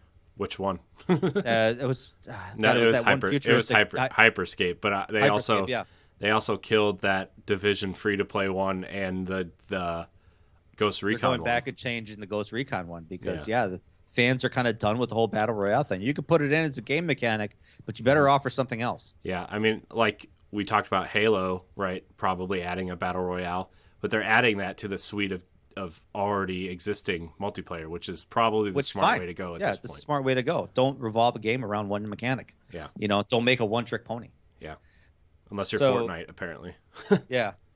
Which, you know, what are they getting? They're getting Uncharted stuff now? Uncharted, and they also got a bunch of Boba Fett stuff recently. Yeah. So. Yeah. Which, like, I mean, I've said this probably 10 times on the show already, but I'm so glad I'm not into Fortnite because I would be so poor. Yeah. I mean, eventually that will die too. I mean. Yeah, I know, but I mean, at this point. It is surprising that it is still kind of as big as it is. Yeah, but also Epic has Unreal Engine and they have the store and they have a plan for post Fortnite, right? Yeah. The Fortnite money has really allowed them to create a plan for when Fortnite is no longer a thing. Yeah. Which, you know, could be 2 years, could be 10 years, who knows? But you know, I mean, it's the same with Microsoft and Minecraft at this point, right? Where they've started really exploring how do they capitalize on Minecraft now. Remember they did Minecraft Dungeons last year or 2 years ago? Feels like 2 years ago. Yeah, and you know, there's a rumor that they're spinning up a sequel to that, right? And so, or DLC or whatever, and you know, these games as a service, right? I mean, I talk about Destiny a lot, where like these games as a service need to find a way to evolve, and how hard it is to get people into Destiny, especially right now. It's a great game. The mechanics are great. The what they're changing in the game would actually draw a lot more people in who are into RPGs, actually. But where the story is, it's so hard to recommend because you're so far behind. So far behind. Especially if you didn't play the seasonal stuff. And that's where, like, these kinds of plans need to... look at Rainbow Six Siege, for example. It's like getting into it now when people have, like, years and years of play experience on you.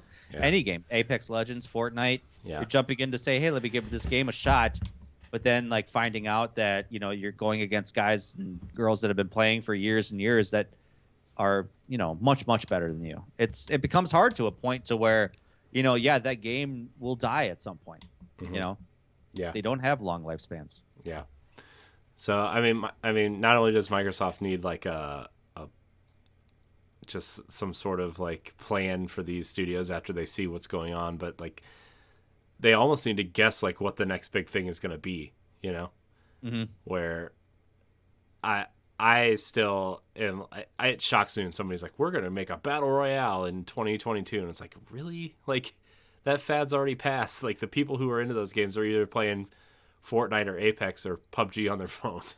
Well, there was say for example, House Marquee. They were the studio that made Returnal. Yeah. They were working on a battle royale game because those kind of like massive shooting games that they were making were starting to kind of fall out of favor. And I remember they were getting all pissy about it because it's like no one plays these games anymore, and it's like that's video games now. Yeah. The genre changes so quickly. Yeah, and then they decided to jump onto the battle royale bandwagon. Mm-hmm. But as they were developing it, battle royale games started to kind of dip. Mm-hmm. So it's like they quickly reversed course, made a game like Returnal, and reaped the benefits from it. So you got to kind of like be fluid.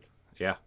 The market changes very quickly, especially video games now. Yeah. People have a short attention span. Yeah, I mean, if you're like circling back to Microsoft, they have a catalog of studios that have their hands in everything. They have their hands in everything with multiplayer, single player, RPG, action, sports, everything. Mm-hmm. So they have the kind of flexibility to say, however the market changes, we'll be ready. Yeah, and they could even do what Nintendo does is like have games finished and hold them based on where the market is or where they think these games could benefit the best, right? And Nintendo is notorious for doing that. And if Microsoft could get there with all these studios, like I mean, you're gonna have your big releases every year, like Call of Duty and whatever the next Gears game is, and you're gonna have your tent poles. But like these smaller games, like Psychonauts, you could develop like Psychonauts 3 and hold it to after it's done and be like, hey, this would be the smartest place to release it. Take this time to the game is done, but take this time to polish it up and see if you want to tinker with some things, and then we can release it at this time when it's ready, where it won't go out to die. And so, that's smart. Good stuff. Yeah. I'm still excited to see what else Microsoft is working on. By the way, like playing into this like strategy for them, they have like a game of the year game coming to Game Pass this year, Deathloop, probably this fall too, to go along with Redfall and Starfield. So a lot of Bethesda this year, I guess. I forgot that was coming. So we still don't have a release date on that, do we? Or at least a kind of like a window? I mean, any time after September 23rd, I think. Any time after that, they'll make a big splash about that, right? They'll probably also add some sort of special Xbox things to it, I'm sure. Mm-hmm. So, yeah, for sure. Yeah, that's a game I want to try. I hear good things. I've heard a lot of revisionist history on that game as well already, though, where like everybody loved it at the beginning, and then a lot of people complaining about it at Game of the Year talks, but still giving it Game of the Year. Yeah, that's the industry. Yeah. Yes, it is. But anyway, Stoy, what do you say we wrap up this episode? This is a good one. Yep. Another one for the books, ladies and gentlemen. I want to thank everybody for watching and or listening to this episode of Arsenal X. If you joined us live instead of watching the Super Bowl, thank you. I think we had a couple people pop in and out, so thank you for hanging out with us. Rams won, by the way. Spoilers. Yeah, kind of pulled it off in the fourth quarter. They were down, and then I'm glad Stafford won a ring. Yeah, was definitely not getting one at Detroit. That's for sure. Yeah, definitely. Probably not ever. Yeah. So, Stoy, where can we find you? You can find me on the EXP Cast. We're a video game podcast in the Boss Rush Network as well. You can find me there on Facebook, Twitter, and Instagram at EXP Cast. And then also to my personal Twitter and Instagram at Stoy, MKE8. You can find me at IamCoreyHD on Twitter and Instagram. You can also find me hosting the Boss Rush podcast. And you can find me hosting Tower Casuals, a Destiny podcast, and a plethora of other things here on the Boss Rush Network. Catch all of our content on bossrush.net. If you're listening on iTunes or Spotify, leave a 5-star review. Thank you guys so much for watching and or listening. And until next week, we love you. Goodbye. Bye. Bye.